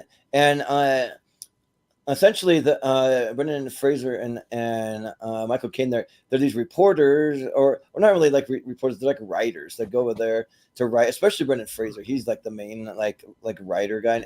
And so they're in all the action while the war's going off and bombs and everything are going off. People are getting shot, but they're not really like part of the fighting. They're just observing. They're like on the front lines. They're just kind of like just writing about it and everything. And then there's a weird kind of love thing where where Brendan Fraser steals Michael Caine's girl that he's after, even though their ages are way different. They're both going after this young like Vietnam chick. So there's that. But yeah, so it's pretty good, and I'll vote for it. The Quiet American. Zach? Yeah, Zach. Yeah, so I haven't seen Quiet American, and even though Blade 2 is at the bottom of my Blade rankings, I still think it's a good movie. So Blade 2. What I see is You like it less than Blade Trinity? To be honest, I actually like Blade Trinity the most. Wow. Another That's hot sad. take Move from on. Zach Shelton. There you go. Let's move on. All right. I mean, I just want to would you say expect the anything else, guys? no, not from you. The director of The Quiet American directed one of my top 10 most boring movies I've ever seen in the theater, The Saint with Val Kilmer. That movie, Oh man, boring as shit. Holy shit, is that a boring The movie? Saint. Fuck me, I saw that in the theater. I was so bored. So, I think all right. Ebert and Roper hated that movie, The Saint. Yeah, I remember got, that. Siskel and Ebert did not like it. Yeah. Yeah. Big Trouble and Far From Heaven. Okay. So Okay. Chris, Okay. another Dennis Quaid movie. So our second Dennis Quaid. Oh, movie. okay. Yep. And Big Trouble has a couple people we've seen already too. By the way, I got to look it up. But yeah, Yeah. My turn. yeah, go Chris. Yeah. I feel like I've seen Big Trouble before because my dad put on like Tim Allen movies every now and then whenever kid. When I saw the title Fall for Heaven, I got it confused with the one with Wheat with a Spoon. Just like heaven. Just like heaven. Yeah. I get that's because I remember seeing Big Trouble and liking it. Big Trouble. Like, Big Trouble's another DJ Qualls movie. He's in that. And it's our second Johnny Knoxville movie on this bracket because Johnny Knoxville's in Men in Black too. So, And also, he's in the actually, first Jackass movie, so that's a 2002. and that's Yeah, I was true. gonna He had say, three. Johnny Knoxville had 3 movies in 2002. That don't what was working. Jesus. And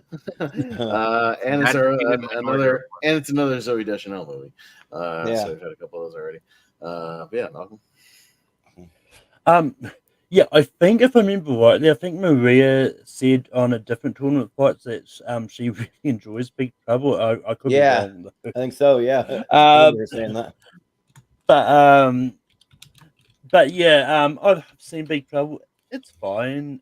But yeah, I only started watching Far From Heaven this morning, but just didn't have time to finish it. What I've seen, I like. So you know what? Because I'm not that infused over Big Trouble, I'm going to go Far From Heaven. Yeah. Austin, what do you think? Yeah, I have not seen Far From Heaven. Based on that outfit, it looks like not a Pez movie. I've seen Big Trouble. It's fine.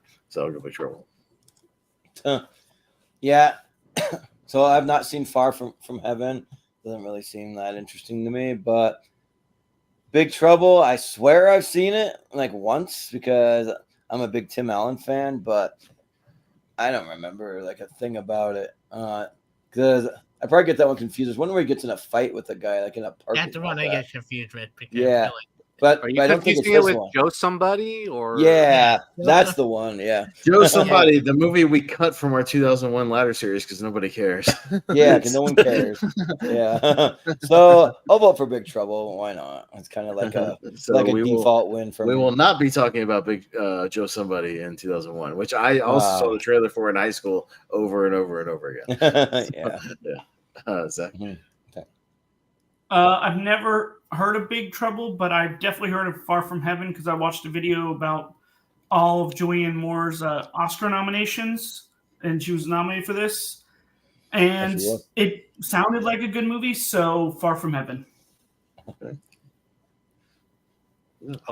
Jonathan? Okay. Obviously, Big Trouble does not take place in Little China. All right. So yeah.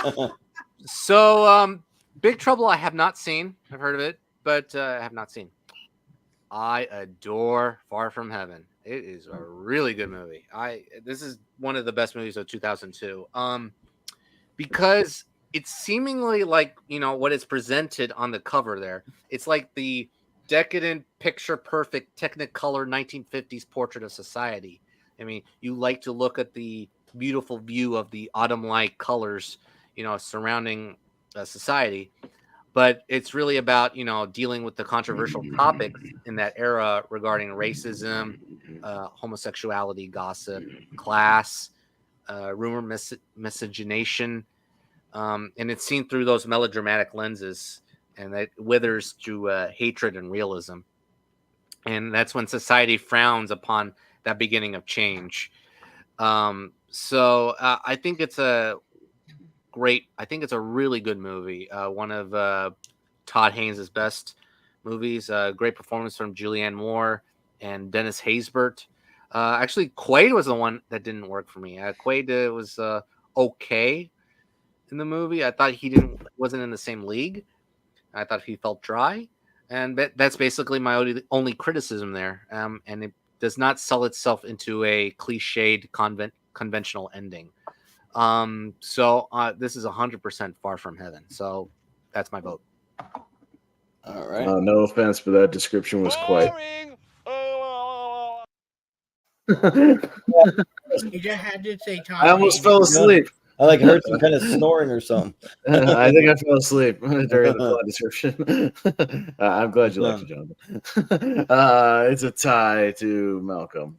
He might vote for it though, because he's got the time. Yeah, Far From Heaven.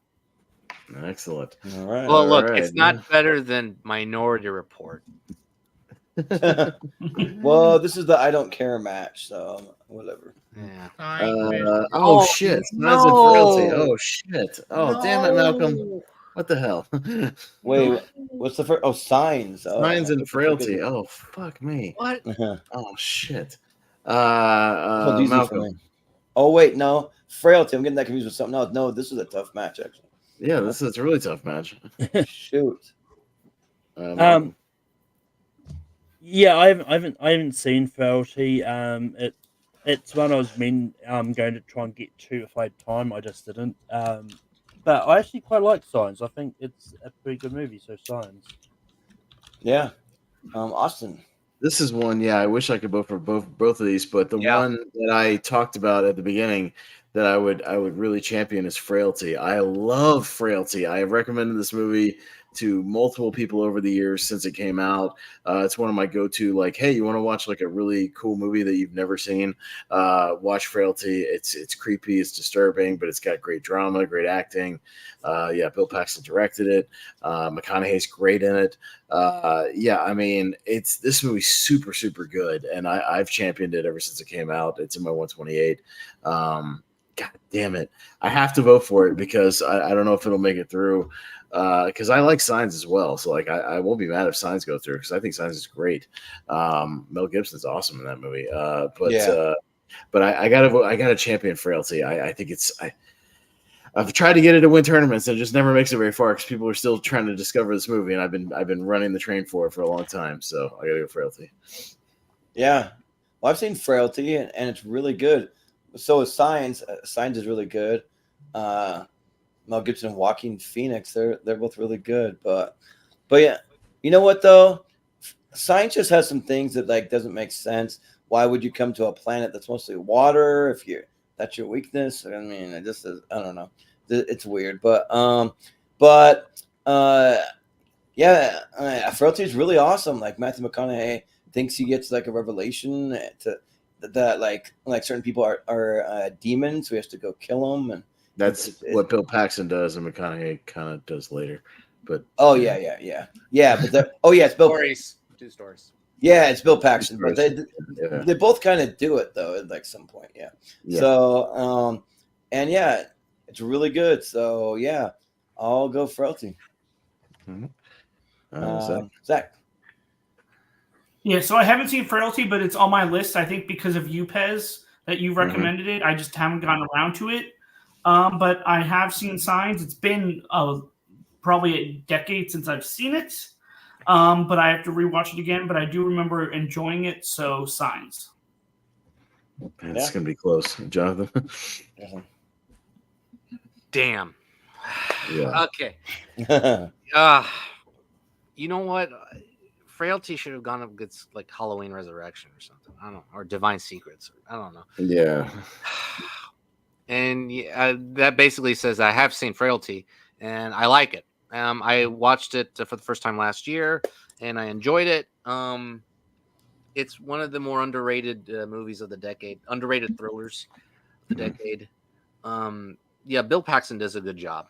He makes a compelling film about the immorality of killing people for their sins, but Paxton's character makes an interesting point of whether they have the deserve to live. And I think I need to rewatch it again because I thought that was both a strength and a criticism for me, and I wasn't attuned to that kind of point there yet. But I do like the premise a lot. It is a disturbing psychological thriller that is, really well in the hands of a skilled director and an actor as well. He's very good at it as well. Signs is very good. It has been a while since I've seen it. I remember liking it very much.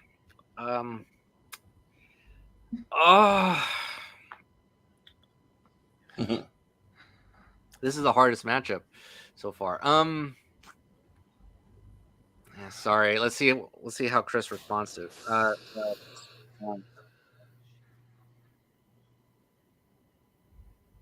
What? Signs. Oh, okay. You Yeah. like cut out or something. I didn't hear you. Yeah. Signs. I heard a big. Okay. Yeah. noise. Something. I said, well, I cursed, but signs. Okay. All right. Chris. So I have nothing for LT because the dramatic movie I have not seen on my list because you guys recommend it. A lot of people have recommended. I like Sign. I hate the endings of Sign. I think the same problem I have with Waterworld. I don't like endings the way they get rid of the alien stuff. But I would give it to Frailty based on you guys' recommendations. Sign ending stuff. Sign. Oh no. It's a tie, but it's a tie to me. I can put through Frailty. Fuck yeah, let's go. Yeah, you know what? Yeah. Yeah. Yes. There it yes. is. Yeah. I know. I'm putting through Frailty as my Do it, tiebreaker. yeah. I'm so happy it worked out. I just, oh man. Yeah. Yeah, it just never gets a fair chance here because people haven't seen it. You but, know what? it's I want to very good. rewatch it this spooky season. Yeah. It's really good. Yeah. Star Trek Nemesis and the Bourne Identity. All right. So who's championing Star Trek Nemesis? So the Bourne Identity wins. I Star Trek I kind of like Star Trek Nemesis, but Bourne Identity. It's not good. Dude, I'm a next gen guy, and even I like It's have the a hard weakest. time getting through It's Nemesis. the Yeah, it's the weakest, weakest. yeah. It's the weakest out of the four. Yeah, easily. So, Well, yeah. Nemesis just feels like a hyped up All right. episode. All right, Malcolm, how much do you like it? No, I was about to say, fuck Star Trek Nemesis. It cost me a trivia match. I haven't seen it since then. Oh, what was the question? Don't What do you get that. wrong? Well, no, Remember? it was in one of my early matches when I was started doing trivia, and it was an IMDb round type question. It's like, well, it Yeah. sounds like a Star Trek movie. So it's like, so I ended up saying Star Trek Nemesis, ended up being Star Trek Insurrection. I see the one Which was- before it. Yeah, it's like, I see. I was like, since that then, I what just Hawk haven't bothered to try and watch. What is The that only one? noteworthy thing about Nemesis, and it's like, oh, hey, early Tom Hardy, cool. Tom All right, Hardy. great. Yeah, that's about it. Well, hey, Data finally died, so yay. Hey, the hot chick in Chicago. Look at these posters here. What What the fuck? You did that on purpose, Malcolm. Malcolm, you did Yeah. that on purpose. Come Because it on. was lined up Posters. perfectly. Come on, you lined those up perfectly. That- All right. Wow. I'm first. And I'm not a musicals guy. I don't like them. And I saw Chicago in theaters, never saw it again. Not a big fan. I don't like the hot chick. I know it's bad, but I've watched it way more times. I like that and the animal. And it's stupid. It's not good. But I've seen it way more than Chicago, so I'm voting for a hot chick. Yeah. I'm not a musicals person either. There's a very select few musicals that I like. I had a big discussion. Yeah. I had a big discussion with my sister-in-law this last week because she loves musicals, and I'm just like, she's like, well, tell me which ones you actually like and which ones you don't like and why, and we wanted to talk about it. So, but I don't care for Chicago. I'm not going to call anybody out, but in our private chat for the channel, a couple people seemed to have a hard on for Chicago, and I was like, no, I'm not even a Renee or like I don't even know how to say the name, Renee Zellweger fan. So yeah, I'll vote for the hot chick all day. So All day. Zach. Well, all day over Yeah, Chicago. no, and I was gonna say all that hate was coming towards me because I watched Chicago for the first time today, and I am a musicals fan. I thought this movie was average. It just the story was not engaging, and Renée Zellweger as the lead, it's just like I don't think she's a great actress. I mean, she tries, but I've just never found her believable. And I do remember liking the hot chick from when I saw it. It's kind of stupid, but that's kind of why I liked it. I never thought I would vote the hot chick in this matchup, but the hot chick. Yep. All right. Jonathan. Listen, look, the hot chick may be the worst body swap movie ever made. I just it's inept. It's inept. It's flat, unfunny, offensive, messy, lazy. They're just tired, and there's tiring jokes all over the place. It's awful, trash. And the only reason I didn't give it 0 instead of 1 was because of Rachel McAdams. At least she's having fun. Yep. Awful movie. I think there's like one movie I hate more than this, and we already put that through. And Chicago, I don't love Chicago. I like it, but I don't think it's like one of the best picture winners. I thought there were a few other better movies that year. Even other movies that weren't nominated for Best Picture. But yeah, I'll go with Chicago. I mean, it's good, but it's not great. Yeah. Chris? Fat Damn Hot Chick Amy is not Chicago because they go to join in Chime. I've been on record. I think Juan Marshall is a hack. I think Chicago is his when that and Navigation like the only two good movies he ever done. Because he ruined every other musical movie since then. Look at You, Into the Woods. Fuck what he did with Into the Woods. Yeah. Because he ruined a great musical by taking all of the good content down. And he made a shitty Pirates movie. Yeah. And 9 is awful. Like 9 is god awful. Yeah, that was bad. And I hate Hot Chick. Rachel Anna, the only good thing. Rob Schneider is not funny. Never been funny. His Home Alone 2, the one exception, but that is a small role. But everything else Rob Schneider been awful as often there. Chicago can get my vote. Have entertaining moment. Richard Gere is entertaining. Queen Latifah and Catherine Zeta-Jones easily the best thing about the movie. Yeah. Malcolm, what do you say? So in their group chat, everyone thinks they know which way I'm going. They know I'm a musicals fan. But I don't like Chicago. I like the city. I want to go visit the city, but I don't like the movie Chicago. But and it hurts me because I'm a big fan of Renée Zellweger as an actress. I think the hot chick is funny. I think it's great. So I'm going to go the hot chick over Chicago. All right, the hot chick wins 4-2. Let's go.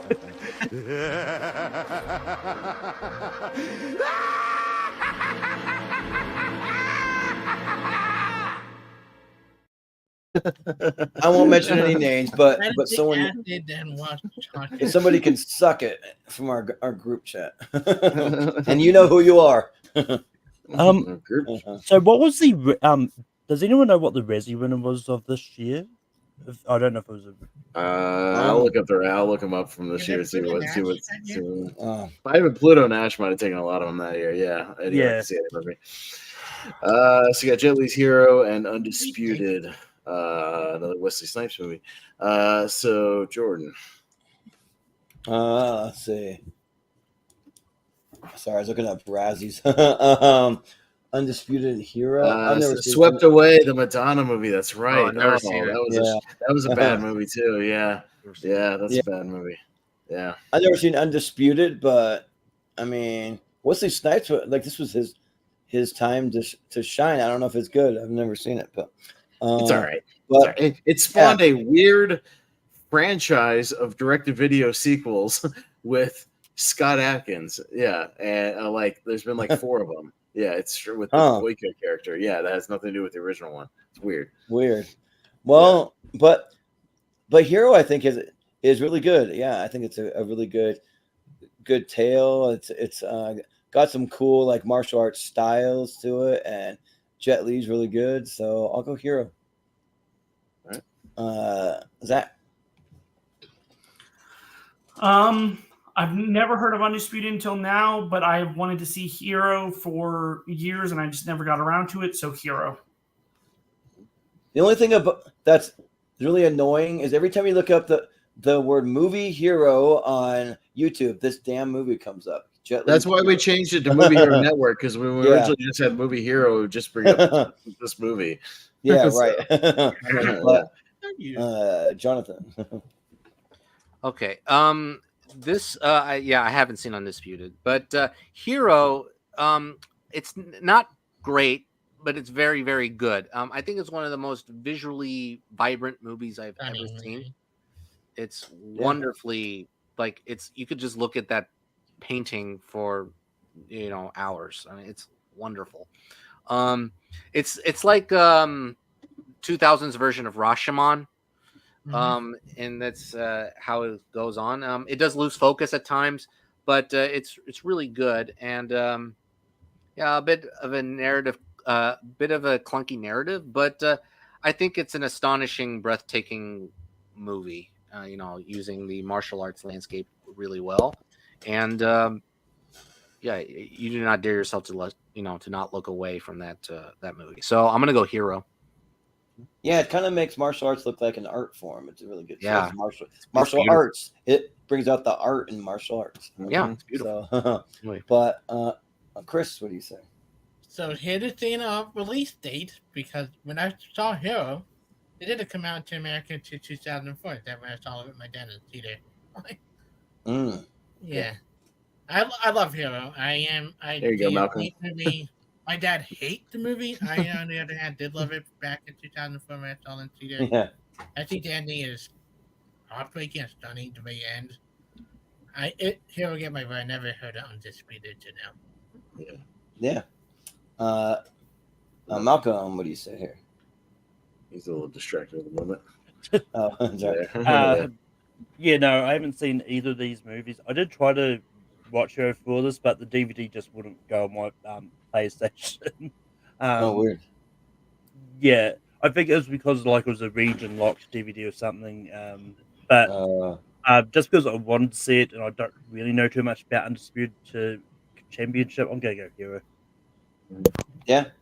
Austin. Yeah, Hero's not really my speed. I'm not big on those kind of like epic martial arts where people are flying all over the place and just doing weird shit like that. It's good to look at. It's okay. I saw Undisputed in the theater. Never saw it again. I've seen the sequels more because the sequel has Michael Jai White and Scott Adkins. I think it's a little more exciting. And then, like I said, it spawned this weird franchise. But the other one's all right. It's a prison boxing movie. If that interests you, have fun. Okay. But Hero wins. Antoine Fisher, more Denzel, and Orange County. All right. Oh, fudge. Oh, man. This is a tough one for me. Okay. Zach? Actually, I like that I'm going first because I think Orange County is a underrated Jack Black movie. And I've seen it multiple times, and I've enjoyed it. I haven't gotten around to Antoine Fisher yet. I will see it eventually, but I really like Orange County, so Orange County. Jonathan.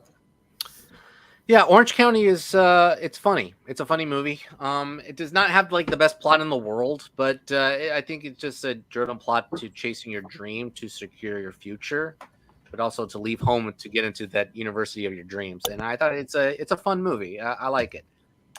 Antoine Fisher I saw for the first time today. This is my favorite first time watch of the past few days, actually, for 2002.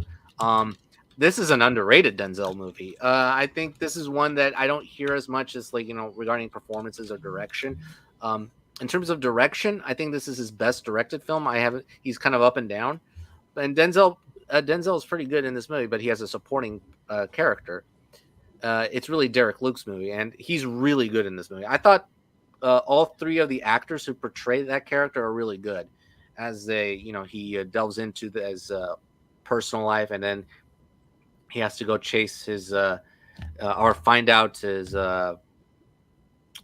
family heritage. Find his family in the second half, and it is wonderful. It's a wonderful movie.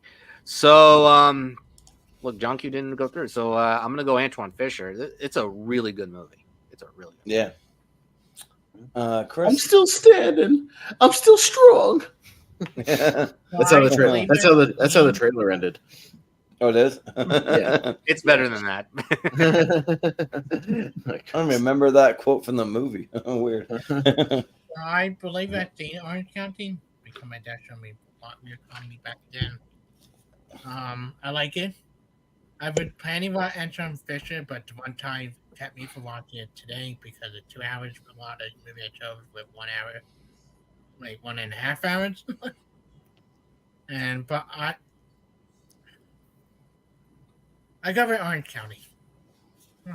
Yep. Malcolm. Yeah, I watched Antoine Fisher for this. Interesting fact: the person that plays Antoine, Derek Luke, he personally knows the actual Antoine Fisher. So I can't imagine how he must have felt to be playing someone he knew personally. But I think that's what helped him be really believable in the role. And I think it's a great movie. I haven't seen Orange County. It's been on my list for ages. Like ever since we did the Ben Stiller Jack Black tournament. But I'm gonna go Antoine Fisher here. Yeah. Austin. What's your name, buddy? Joe. Your last name? John? Joe John? Your name's Joe John? Joe John? Yeah. Yeah. No. I had to take my pants off to run faster out of the flames. Yeah.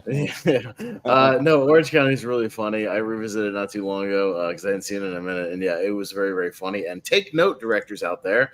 It's a comedy that's 82 minutes. Perfect. Yeah. More comedy should be under 90 minutes. That's what they should be. Get in, get out, leave the audience wanting more. So yeah, Orange County's great. I'm going to go Orange County. Yeah, so I watched Antoine Fisher for this also, and the movie's really good because it's just a movie about like this guy you think he's like got anger issues and not think about. You slowly find out all the horrible things he's been through in his life, but then he just takes his life back and he kicks ass and he just like was able to overcome like almost all of it by the end and build a really cool life despite like just having everything in the world just going against him. And it just like is a really cool, like I'm kind of teary-eyed near the end. It's just like a really inspiring story. Yeah, for like anyone who just goes through like the shittiest life, you can overcome it, and this movie proves that you can overcome horrible things. But like Orange County though is just like this is a movie that I grew up with, and I can quote it almost from beginning to end. I almost like to shout out and like in the special features, all the interstitials, they're like these little deleted little segments of like just Colin Hanks and Jack Black just going back and forth about Stanford. Like you see him writing his like little recommendation. Dear Stanford, you better let my brother into your college. I have a black belt in Taekwondo. I am the Annihilator. And he's like, so how's it going? He's like, good. How do you spell the Annihilator? And he's like, oh, fucking idiot. But yeah, there's really good stuff. And yeah, so check out those and the movie if you haven't seen it. And yeah, just for a little bit, I'll give it to Orange County. And it has, yeah. and it also has Cake in it. One of my favorite Cake songs called Shadow Stabbing right at the beginning. And I love that band, Cake. So. All right. That hurt. All right. Sorry. Adaptation and national lampoon's Van Wilder. Yes, let's go. Score one for raunchy comedies. Come on. All right. Hey, going back to some early Ryan Reynolds before Deadpool and Wolverine this week. So very early Ryan Reynolds. Jonathan? I'm first. Yeah. Okay. All right. Okay. So there's one more I watched recently for the first time. Van Wilder, I saw for the first time last night. Oh, really? Yes, Oh, I did. man. Yes, I did. Because I remember doing a trivia match with Malcolm's show, and yeah, I won that one. And I guessed how many years he stayed in college, and I guessed 7 years because I think that's like a good number for a person to be trapped in. And yeah, I got it right. So when I saw it on this list, you know what? It's Deadpool week. I'll watch it. Okay, it's crude. It's disgusting. It's uh, offensive at times. It's preposterous. It's insane, filthy. And then I question myself, why did I like this movie?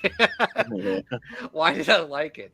Maybe because Van Wilder is a sweet character, and underneath that, his intentions, of gaining, capital to, pay for tuition.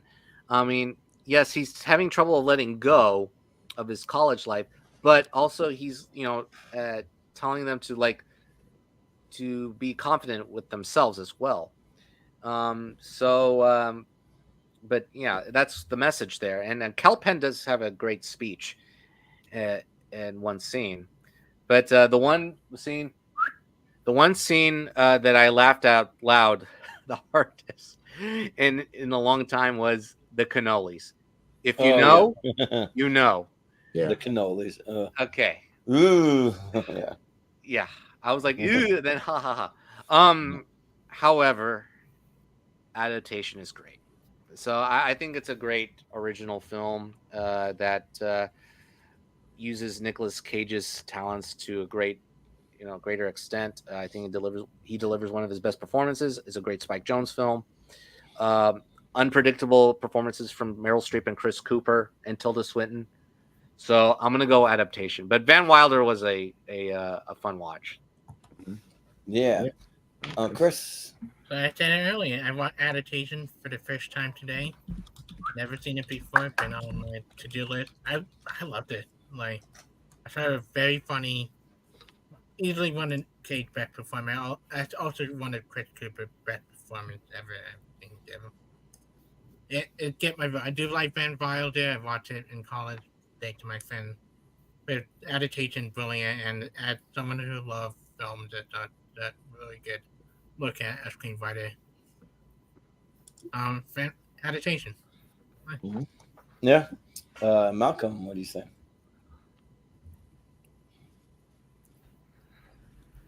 It's one of those ones like I think adaptation is a good movie. And funny fact, it's one of the I think it's on record as being the only time a fictional character has been nominated at the Oscars because officially on the Oscars, Donald Kaufman is credited on that as well as Charlie, even though it's primarily written by Charlie anyway. But I really love Van Wilder. It's one of those comedies I watched a lot when it first came out, and it's just one that I constantly keep going back to. I think it's great, so I'm going to go Van Wilder. Yeah. Austin. Yeah, I'm not huge on adaptation, kind of like Jordan. I watched it recently for the first time, not huge on it. I thought Nick Cage was good in it, but I didn't love the movie overall. It's probably my least favorite Spike Jonze movie, honestly. I like his other stuff better. And I like Van Wilder. It has some 80s comedy veterans that I like, a little Curtis Armstrong, a little Tim Matheson from Animal House. Your boy Aaron Paul Jordan is in there for a minute. Party guys. Oh, he's funny. He's funny. Funny thing about the Van Wilder director Walt Decker, he directed the two movies I get confused constantly. He directed both Wild Hogs and Old Dogs, which I get those confused. Oh, jeez. And then directed Alvin and the Chipmunks of the Road Chip. Oh, so fell off fast. But I'll go Van Wilder. Jordan. Yeah. I don't really love adaptation. Tried to watch it. I don't care about a guy that's like into plants or flowers or whatever he's freaking into. I don't know. Like whatever you're into, like whatever floats your boat, that's fine. But it doesn't float my boat. I'm just like, don't really care that much. I think that Nick Cage is doing too kooky of a character. Like characters, he does kind of multiple characters. But But yeah, I think Van Wilder is a lot of fun. It's a movie that's supposedly based on Bert Kreischer's life, the comedian, because they wrote an article in Rolling Stone, and Bert Kreischer claims, well, so the movie's kind of based off that. The article says the movie's based on his life. I think Bert Kreischer is a narcissist, and I don't think he's funny. So that's just me. But yeah, I think Van Wilder's great though. Yeah, it's got a lot of like really like funny character actors in there. It's even got what was the Shermanator from American Pie. He's in that too. So so yeah.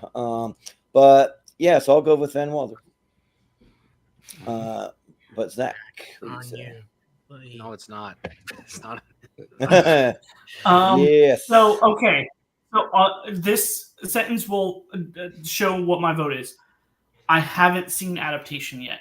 So, but I have seen Van Wilder, and while it's ridiculous at multiple times, again, I really like the character of Van Wilder because, like Jonathan said, all this craziness happens, but he's still a good guy underneath it all. And it's just all these weird situations, but I really like it. So Van Wilder. 4 to Just wants 2. to impress his dad. Come on. Van Wilder defeats Adaptation.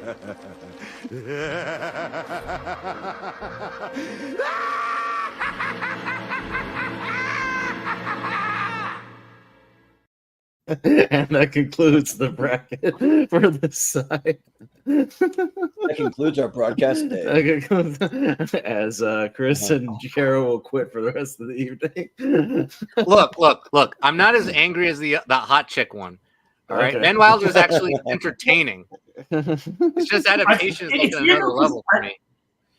If I would have voted for Chicago, I think the hot chick would have gone through anyway because Jordan had the tying vote. So yeah, Jordan had the tying vote, so it would have gone through anyways, actually. All right, but it's that time of night, so let's get it. First, you gotta get speed. Demon speed. Speed's what we need. We need greasy, fast speed. All right. Well, like Mickey said, it's time for greasy fast speed. Speed round time. The winners of this one, give Malcolm a second to write them down because the winners of this one move on to Sweet 16 and move on to Friday's half bracket. So, yeah. And then after that, it's anything goes, whatever wins part 2. So, Chris, you're up first. 8 Crazy Nights and Blood Work. Because the only one I've seen, a technical foul on 8 Crazy Nights. Yeah. Malcolm. Yeah, I've only seen 8 Crazy Nights. 8 Crazy Nights. Blood Work. Jordan. I've seen 8 Crazy Nights, and that's why I'm voting for Blood Work. I think that 8 Crazy Nights is cringy. Yes. Wow. Zach. 8 Crazy Nights. Wow. Really? Yeah, really. You guys are out of your fucking minds. Yeah. Jordan, what is going to be your vote? Blood Work. All right, yeah, it's a tie. I can't believe it's a tie, but yeah, Jordan. It actually is a tie. All right, let's go Blood Work. I've never seen it. Let's go. Yeah, better than 8 Crazy Nights. Yeah. 8 Crazy Nights cannot be in the championship. I'm sorry. That'd be We're saying we're out of our minds. Have you not noticed this? That'd be a Hanukkah sin. Oh my gosh, we got these crazy matchups. I know, swim fan and like Mike, Malcolm.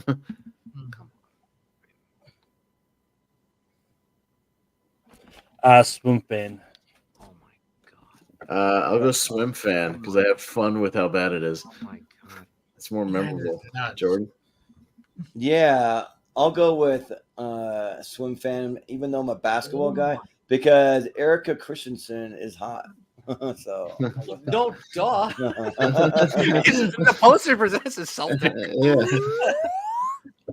She's also hot in that movie with Chris Evans where they steal the ACTs. That one too. Oh, the perfect score. The perfect score. Yeah. Zach. Like Mike. All right, Jonathan. I'll be Like mad if Mike. Mike makes it. All right, Chris. I'm going with delete bad one, like Mike. It's a tie to Zach. So y'all can still save it if you want to save Like it. Mike. Okay, so y'all say That's fair. come back. God. All right. I can name every It's basketball going to player. be a wacky championship. We're going to have people going like, what the hell made the champ? Blood Yeah. like Mike. What? Like, yeah. Anchorman and Spirit. Anchorman. Me, I'll go Anchorman. Yeah, it's got to be Anchorman. Come Mhm. Zach. on. Zach. Spirit's in my top 64, so Spirit. All right. Mm. Jonathan. Anchorman. Anchorman. Chris. Chris. Revenge for all the kid movie that cost fun like that did not make 1 and 2 Anchorman. All right. Yep. And Malcolm. Malcolm. I haven't seen Spirit. Anchorman. All right. Right. Anchorman. So one of our holdovers still hanging out. Catch Me If You Can and Die Another Day. Jordan. Oh, Catch Me If You Can. Yeah. Yeah. Zach. Zach. Catch Me If You Can. Yeah. Jonathan. Catch Me If You Can. Chris. Bye. Die Another Day. Catch Me You Can. Yeah. Malcolm. Catch Me If You Can. Yeah, I'll make it a clean sweep. All right. Catch Me If You Can. Sorry, Malcolm. I might be going too fast. I'm sorry. Did you catch all these? I started writing it as soon as that it was voted like 3 times. Oh yeah, okay. I just make sure. I don't want you to miss it. I forgot you're writing these down. So. No, I would say Yeah. Road to Perdition and Punch Drunk Love. Zach. It's a decent matchup. Yeah. It's good. Road to Perdition. Okay. Jonathan. Oh man, this is tough. Road to Perdition. Okay. Chris. Punch Drunk Love. Okay. Malcolm. Punch Drunk Love. I'll go Punch Drunk Love. Jordan. Well, I think Adam Sandler's my favorite actor of this whole group, but The Road to Perdition is a better movie. So Road to Perdition. No. All right, we have a tie, and Jonathan, you got to vote again. No. Whoa. Yeah. Good luck. Yeah. Me a Sandler movie on I here. know this sucks. You know what? We have a Hanks movie going through, so I'll make it fair for Sandler fans. Punch Drunk Love. Okay. Ooh. They're both equal to me. It's definitely the better Adam Sandler movie and the best one out of this bracket. Yeah. So yeah, Way better than the All other right, two. we'll give yeah. him to a good Adam Sandler performance. Yes. All right. So Punch Drunk Love. Malcolm goes through. They were both Got it. equal. to me. Actually, I really like Mr. Deeds. That's why I put it on the thumbnail. Well, those are both better than Eight Crazy Nights. Yeah. Walk to Remember and The Scorpion King. Jonathan. Oh God. Unfortunately, I have to see this movie in the championship, so I'm gonna go A Walk to Remember. Okay. Chris. Freaking fuck, you make me vote for Nicholas Spot movie. I want to remember. Malcolm. A Walk to Remember is decent. A Walk to Remember. I'll go Walk to Remember. I've seen it way more times than I care to admit because of my sister, Jordan. Well, the walk I remember is the makeout session with my ex-girlfriend. So let's go Walk to Remember. Wait, right. you made out while you No. were walking? Dang. No, we weren't Respect. walking. That's difficult. Yeah, good job. We were on the Prepare couch. yourselves. And I will make it a clean sweep of Walk. Wow, that's Wow, two another clean sweeps for Walk to Remember. Wow, is this going to be Wow. Wow, Walk to Remember is going to win this tournament, man. Based on the Of course, a votes. heavy This favorite. is- Probably not. This is a heavy favorite. not. All right. Harry Potter, Chamber Seat, and 1 Hour Photo. Uh-oh. Chris. Uh-oh. Harry Potter. Okay. Malcolm. Yeah, Harry Potter and Chamber of Secrets. I'll go 1 Hour Photo. You know what? I really like 1 Hour Photo, and I like a lot of other Harry Potter movies better. So 1 Hour Photo. Zach. Chamber of Secrets is my second in the franchise, so Harry Potter. What? Yeah. Jonathan. Yeah, sorry, Harry Potter. Harry Potter. All right. Damn. I do like that flying Yeah, car not- stuff in the beginning. None of the, neither of the two Robin Williams really good performances made it to the championship. I That's know. unfortunate. Neither did Song or 1 Hour Photo. Damn it. Uh-huh. All right. That's the number one Harry Potter movie. Yeah. That one. Big Fat Greek Wedding my and favorite- Spirited Away. Damn it. All right. Well, another discussion for another time. We gotta keep moving. Malcolm's gotta go soon. Malcolm, Spirited Away and Big Fat Greek Wedding. Yeah, I love Spirited Away, but my Big Fat Greek Wedding is great, so my Big Fat Greek Wedding. Yeah, I'll go Greek Wedding. Jordan. These are both fine movies to me. They're just okay. I'll go Greek Wedding. Sure. Zach? My Big Fat Greek Wedding. All right, Jonathan. Oh well, I love my Big Fat Greek Wedding, but I would have gone Spirited Away. Okay. And Chris. Lilo should have won Best Animated Film that year. My Big Fat Greek Wedding. Okay. Yeah. Greek Wedding into the championship. All right. How about that one? To the other side. Okay. All right. Got half of our championship movies. Half of our championship, yeah. All right. K-19 and Igby Goes Down. Me, I'll go K-19. Jordan. I'll go Igby Goes Down. Okay. Zach. K-19. Okay. Jonathan. Damn, underrated movies. I watched it with my dad. This was special, so I'll go K-19. Why not? It's definitely a dad movie. It for is, sure. yeah. Oh yeah. Sure. Chris. Good experience. You convinced me more on the other one. Iggy would go down. Yeah. Okay. Malcolm. Igby Goes Down. Oh damn. Oh wow. Okay, we got another tie. Chris, you got the tie. But then Dorian, we go down. Yeah, now I can actually watch it. It's really good. It's really good. Yeah. I'll see if it's streaming anywhere. I'll look Got it up. Pirates of the Caribbean and X2. Oh, Okay, so no. well, this is interesting because these are two of our 2003 holdovers. So one of them's not going to move on to the ladder series, or not going to have a chance to move on. So, Jordan. Man, these are both in my top 64, but X2 is in my top 20 of all time. So X2. I mean, y'all know I'm a Wolverine guy. So, all right. Zach.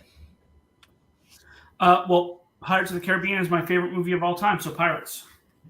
Ooh, yeah, true. Favorite movie? Wow. Yeah. Jonathan. Pirates. That's Yeah. Chris.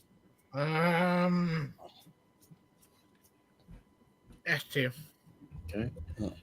Malcolm. Pirates. And I'll make it a tie with X2. So we'll move it up to Malcolm. Pirates. All right, so Pirates hangs on. X2 is knocked out.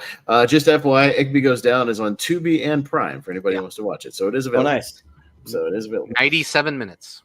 Yeah, not bad. Yeah, 97 minutes. Yeah, so short. That version. would All tough right. to pick between those. Yeah, 40 Days and 40 Nights in Ice Age. Zach. Ice Age. Okay, Jonathan. Ice Age. Ice Age. All right. Chris. Get that to that particular thing, huh? Ice Age. All right. Malcolm. Ice Age. 40 Days and 40 Nights. Jordan. I'll go Ice Age. All right. Ice Age into the championship. Malcolm. Yeah. All right. Ice Age. And it'll be Transporter and Knockaround Guys. It almost kind of feels like Jason Statham should be in Knockaround Guys for some weird reason. Yeah. I know. Yeah. Yeah. Maybe because it kind of reminds me of like a Lock, Stock, and Two Smoking Barrels type thing. But Jonathan? The Transporter. All right. Chris? The Transporter. Malcolm? The Transporter. Yeah, I'll also go Transporter. Jordan? Yeah, the Transporter. All right. Zach? And I'll make it a clean sweep. The Transporter. All right. Sweet. Right. Excellent. All right. Looking good. All right. Blade 2 and Far From Heaven. Yeah. very similar movies. I mean, just going for the same audience. Only on tournament fights. Yeah, That's right. All right. All right. So we'll go Chris. They fight each other, and Blade put a bomb on Far From Heaven on Blade 2. All right. Malcolm. Just because I've seen the full movie versus one I only just started today, Blade 2. All right. I'm pretty sure I'll never watch Far From Heaven, Blade 2. I might not either, but Blade 2. Zach. Blade 2.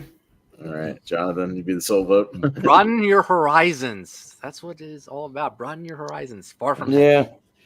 Look, I could give your hopes up, Jonathan, but I'm never actually gonna watch Far From Heaven. Like I could, maybe I'll get it. No, I won't ever get around to it ever. I got about 200 more movies I want to ago. watch first, and then I might. Yeah, exactly. I've got Blade 2 is fun. It's a good movie. Yeah, Blade 2 is fun. All right, Blade 2 goes through. Frailty. Oh shit, Frailty and Born Identity. No. Fudge. Shit. Why couldn't Frailty go up against like 8 Crazy Nights or some shit? You know, or maybe we should have just voted for Star Trek Nemesis. I know. Yeah, I should have voted for Star Trek Nemesis just to make Frailty easier. Right? Oh damn, I didn't think about that. All right, Malcolm. Yeah. I mean, I like Born Identity. It's one of those ones like I'm not overly like over the moon about either, but just because you guys have probably sold me on Frailty more, I'm going to do a blind vote for Frailty. Yeah, I'm awesome. I got to keep championing it, Frailty. I have to. Jordan. Yeah, I don't think Frailty's going to get a lot of chances, so I do like. I'll say this: I like the Born Identity probably better, but I'm going to vote for Frailty because I do like it quite a bit. So, Zach. The Born Identity. All right. Yep. Jonathan. Okay. Look, Identity is my least favorite movie because it gets better and better and better. So they're all good until we get to Legacy. You know what? We'll see Frailty on Friday. Frailty. Yeah. Chris. I would vote for my favorite out of Bond movie on Born Identity. 4-2, Frailty wins. And you know what almost happened? If it was a tie, it would have gone to me again to put Frailty into the championship. That would have been kind of poetic, right? Nice. that would have been something. So you're welcome. Sad there's no Born Identity. Yes, but... okay. And for anybody who has not seen it, who wants to watch it before Friday, it's on Tubi for free. So you can go watch it. Tubi. So go find Frailty on Tubi and go watch it. It's worth your time, I promise you. By the way, this month, Tubi is great. The movies on there are fantastic. Tubi kills it, man. Most of the time, they have a lot of good shit on there. Like because they have the ads, they can keep stuff way longer, and it's really good. Yeah. So, all right, Hot Chick. It's a totally free app too. Free. No, it's totally free. Yeah. It's one of the better free ones, and the ads aren't that intrusive. It's like a minute every 15 minutes. It's not that bad. It's really not that bad. It's fine. Look at your phone for a minute. No big deal. Me, Hot Chick. Jordan. Yeah, like I'm a big Rob Schneider fan. I met the guy and I gotta talk to him for a bit. So I'll go with the Hot Chick. Zach. Hero. Okay. Yeah. Jonathan. Hero. All right. Chris. I'm still waiting for 90 minutes of my life to get back for no minute no Hero. Fucking love that. Malcolm. This is funny because I know this is going, but just because I've seen it, the Hot Chick. Oh. And guess who has the tiebreaker? Austin. So you get nothing. You lose. Good day, sir.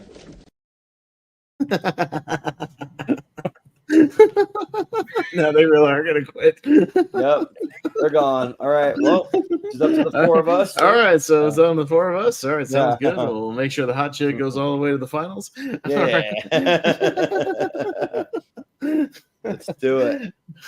Orange Rob County. Schneider's underrated. Come on. Yeah, it's one of the top 12 Rob Schneider movies, right, Malcolm?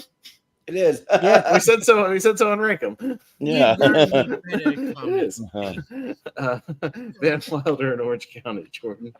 Oh, man, this one's kind of tough, but I just have a soft spot for Orange County, and I love the stuff with Harold Ramis. Like we are the same height. That is neat. Oh, like right.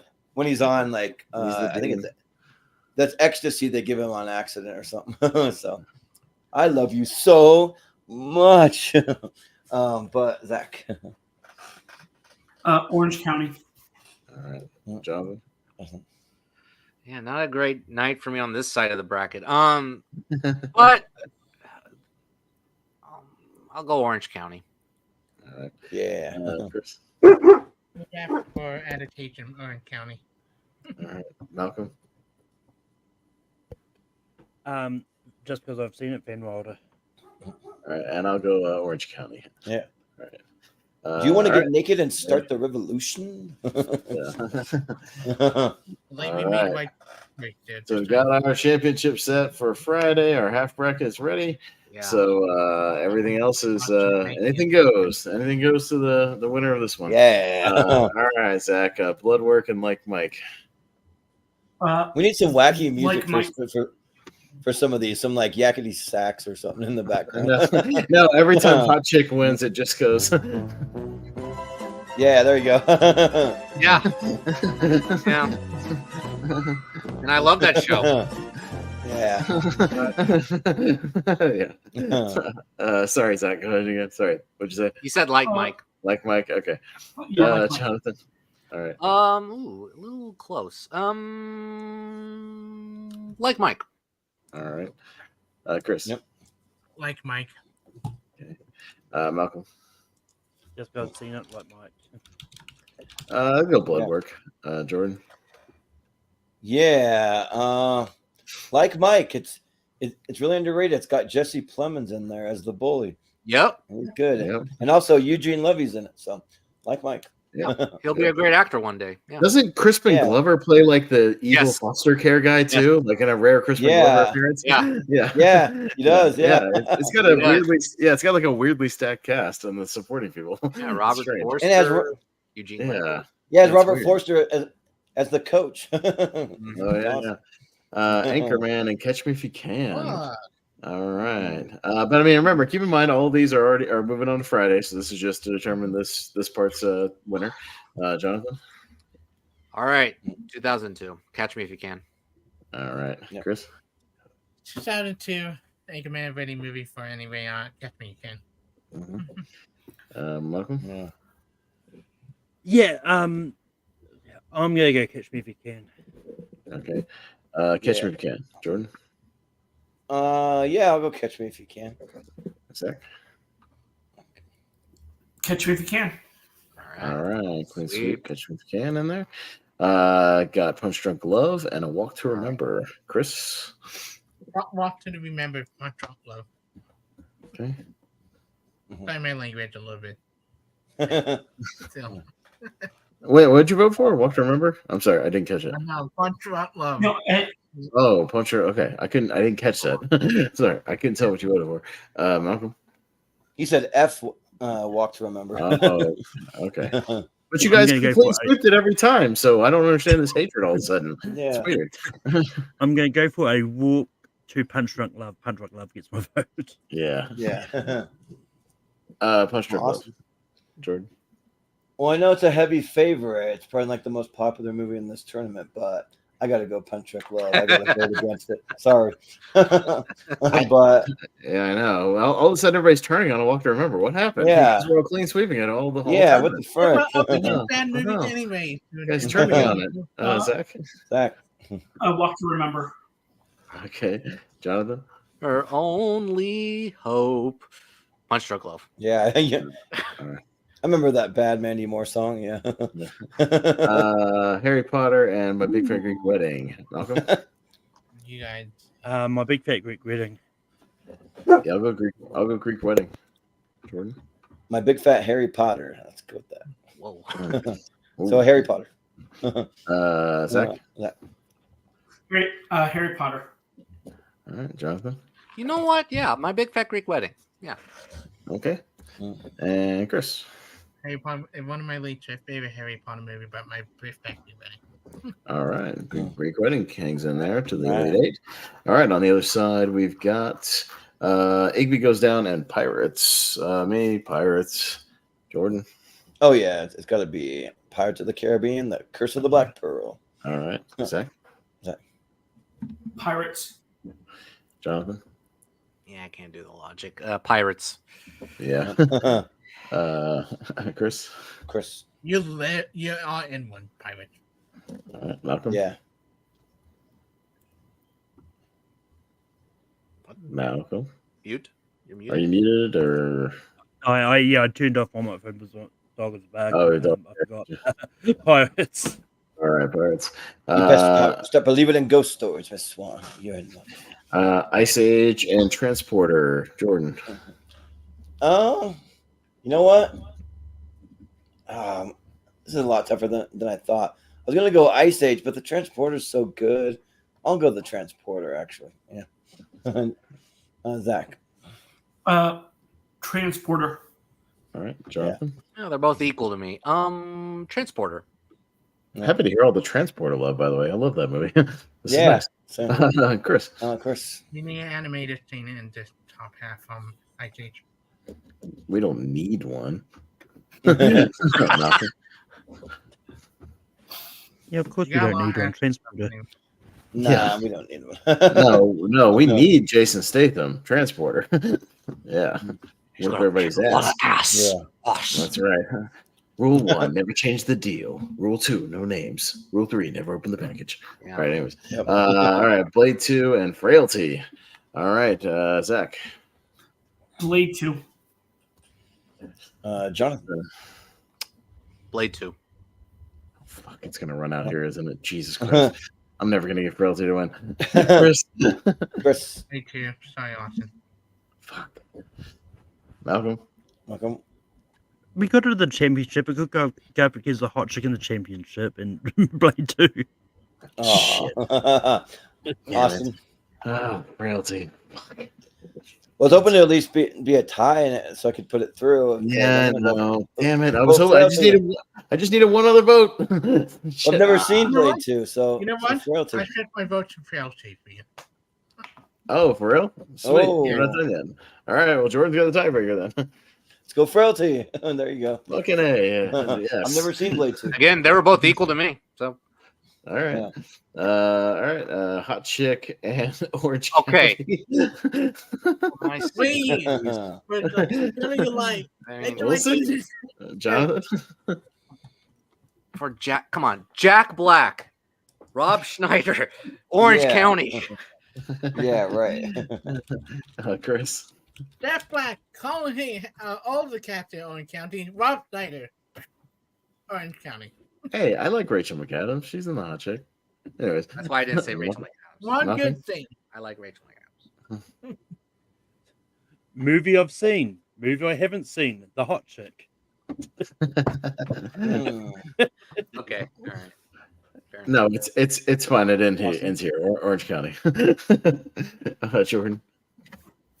Yeah, Orange County is not just a movie; it's a state of mind. Orange County. Zach. Orange County. All right, there you go. Orange County. Yeah. All right. Okay. All right. Back to the other side. For the final four, here we go. We got Catch Me If You Can and Like Mike. Does it even have a chance? No. No. Okay. Right. All right. Catch Me If You Can wins. All right. Into the final four. Okay. Punch Drunk Love and My Big Fat Greek Wedding. This is a better match. Chris. It's a tough one. Yeah. I'm Trump Love. Okay. Malcolm. My Big Fat Greek Wedding. Yeah, I'll go Greek Wedding.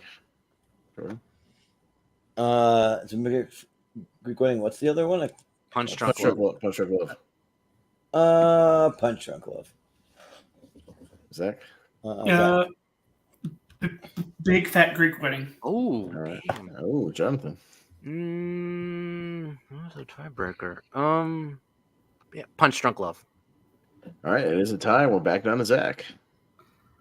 Zach, please. Two movies I really want to see. Big Fat Greek Wedding. All right. Big All Fat right. Greek Wedding. Okay. right. All right. Going to the other side, Pirates and the Transporter. Malcolm. Pirates.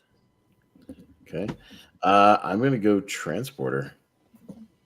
Jordan. I'll go Pirates. Zach. Pirates. Jonathan. It's a strategy. Okay, Pirates. And Chris. No, the pirate life for me. Pirate. Okay. Pirates and My favorite ride at Disney. Come on. All right. Frailty and Orange County. Me. Frailty, baby. All right. Jordan. What, Sean? You want to be a writer? You're not oppressed. You're not gay. Come on. John Lithgow's pretty good as this stepdad. I'll go Orange County. All right. Zach. Orange County. All right. Jonathan. Yeah, I enjoy Frailty more. Frailty. All right. Yeah. Frailty. Chris. Chris, Frailty. okay. Malcolm. I haven't seen either of these, but you hyped up Frailty more, so Frailty. Yes. All right. Frailty. And the final 4. All right. All right. Catch Me If You Can and My Big Fat Greek Wedding on one side. Jordan. Catch Me If You Can. Okay. Zach. Catch Me If You Can. Jonathan. Catch Me If You Can. Okay. Chris.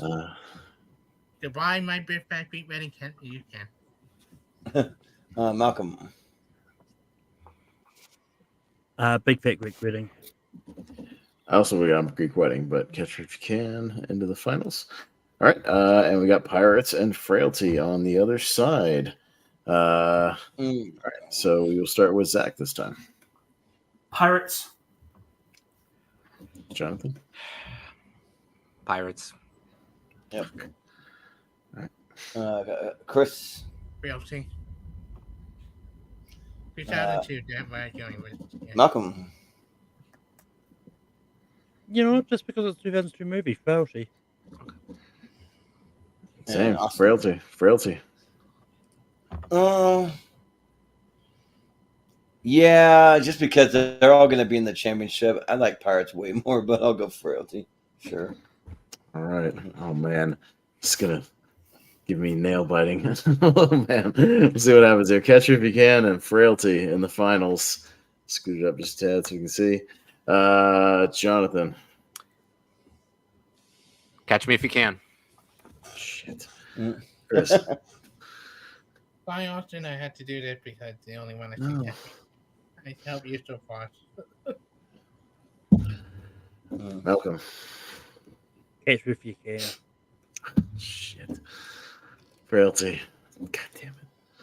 Catch Me If You Can. So close it so far. And Catch Me If You Can. You guys Sorry. can't tease me like that. Oh, son of a bitch. I You made guys it can't far, tease me. but Now I'm happy. I'm happy. We could have had a unique winner instead we have a now a Frank two-time. I mean, Oh wait, it won. there you go. You won Yeah, another one? Which one? Oh It yeah. won our Tom Hanks, Tom Cruise Battle of the Toms. It's a Catch Me If You Can. Really? Yes. Wow. Mhm. Yes, it is a Wow. winner. We actually had 3 tournament winners in the final 4 because My Big Fat Greek Wedding won one of our rom-com parts when we did a 128 rom-com, and Pirates won in 2003, one of the 2003 tournaments. So, yes. Catch Me If You Can, won the Battle of the Toms. Yes. All right. You should do Bill Paxton versus Bill Pullman match. We should. Yeah, That's I know.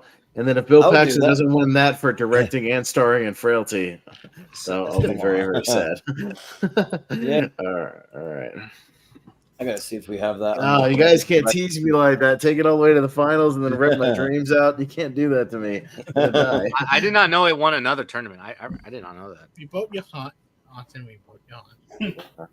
Yeah, but this was a fun I've time got though. Yeah. If you got to go, Malcolm, we'll let you do your plugs first. You got anything you want to plug? You can follow me on Tape Productions as a host. Mancom Hugh Jackman movies on this Sunday.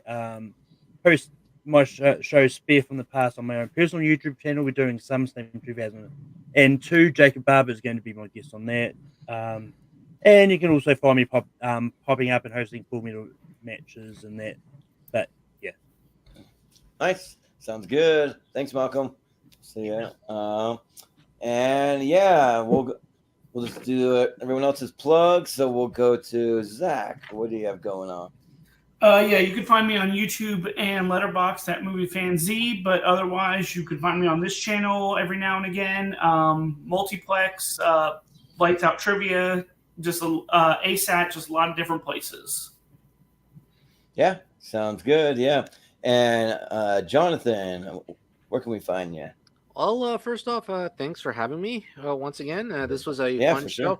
Yeah, I didn't imagine I will get riled up on this episode than I did on Monday's episode, like off screen. But Yeah.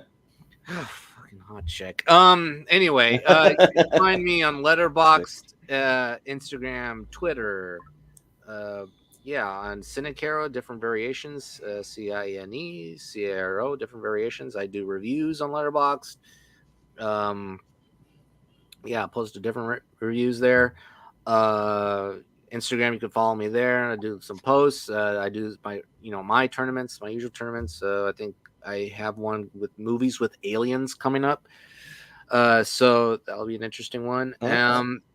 Yes, I think we did that once. When I was doing my researching, I was like, oh crap, that's gonna be a lot of movies with aliens. Nice. Dang. Oh, it's gonna be I don't know what's gonna win, to be honest. And then nice. And I will be here Friday. Yeah, I will be here for the championship. That one I think will be a lot tougher to see which one will win the whole thing. That'll be a lot tougher. You'll see me Friday.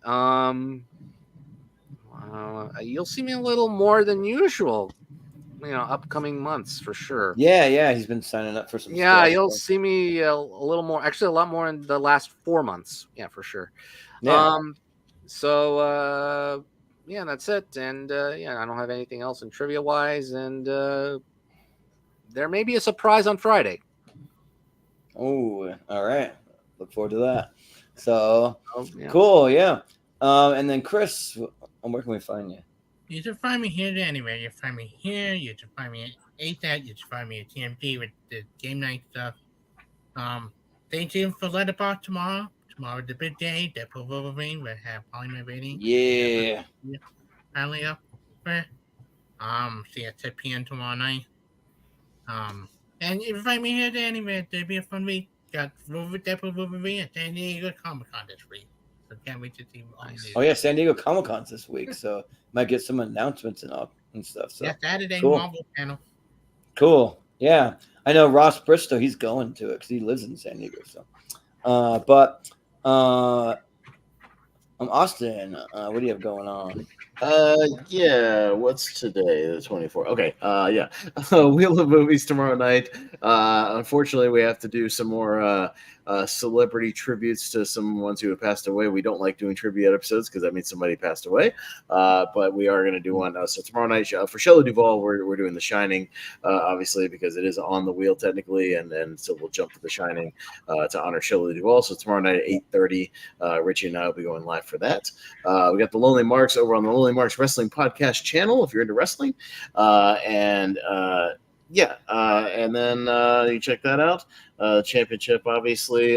Me and Wolfman over on Mega Movie Z will be doing Jason Takes Manhattan for our monthly mistake drinking game.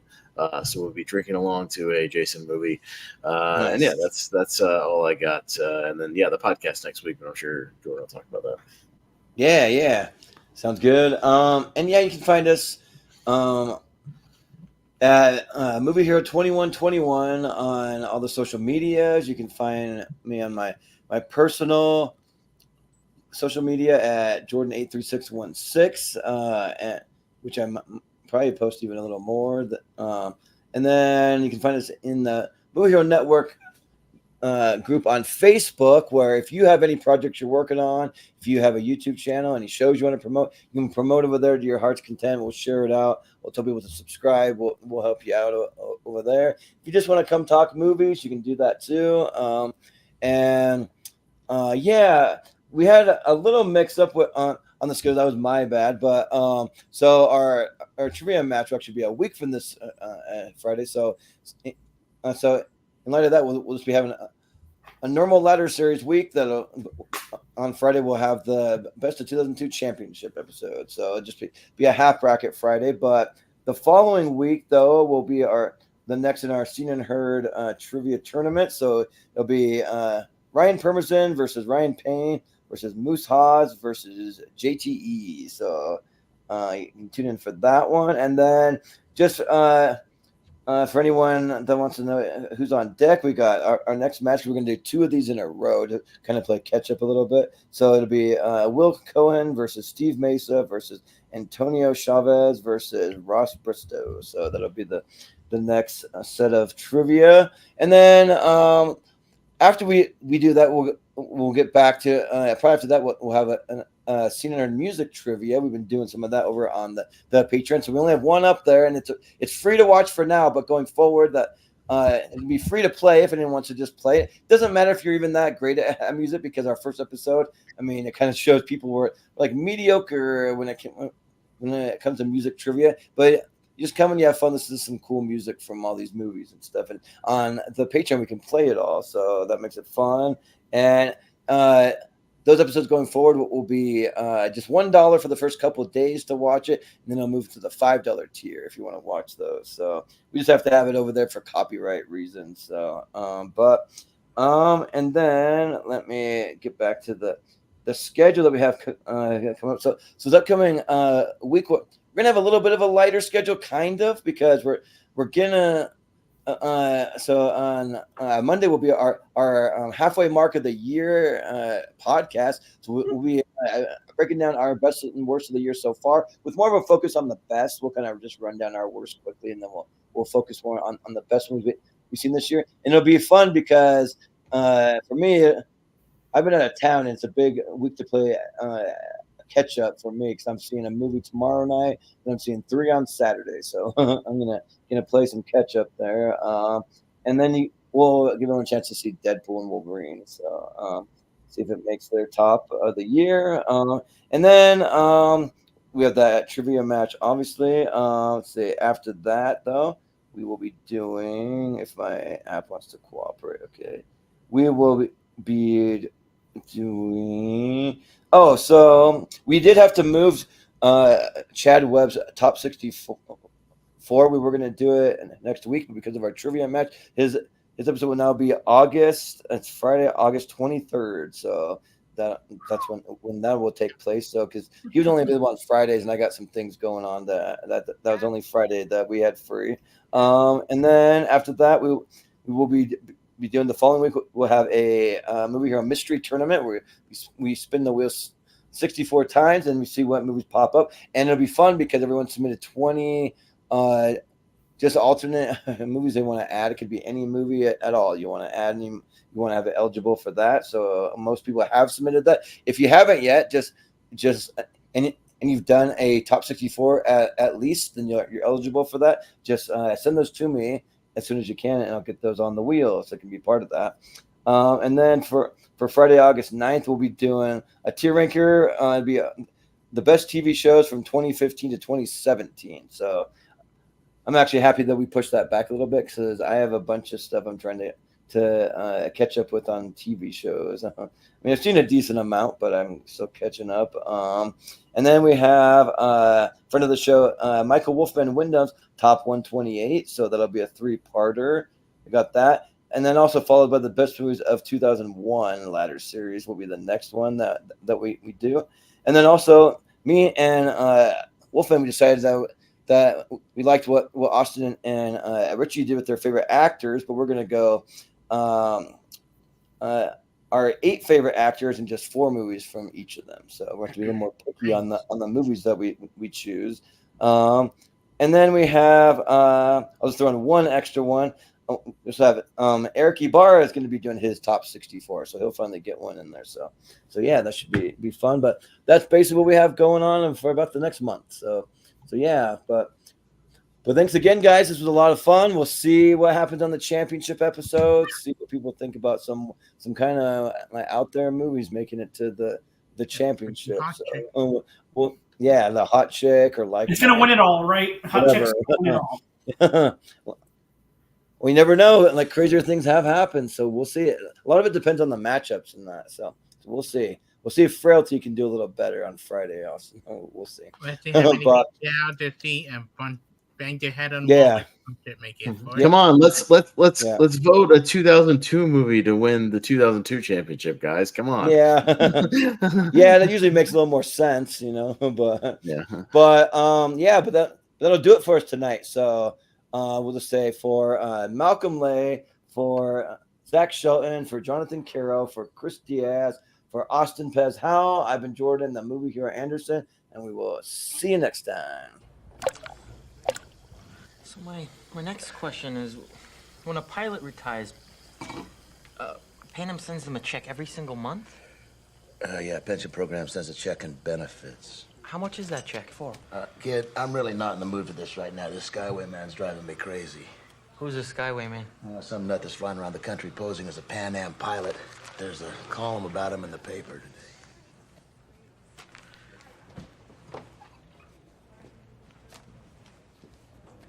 I keep telling him this is not my problem. This guy doesn't even fly Pan Am. Flies everybody else. Flies United, TWA, Continental, Eastern. Skyway man. Newspaper loves this clown. They call him the James Bond of the sky. Did you say? Bond. James Bond.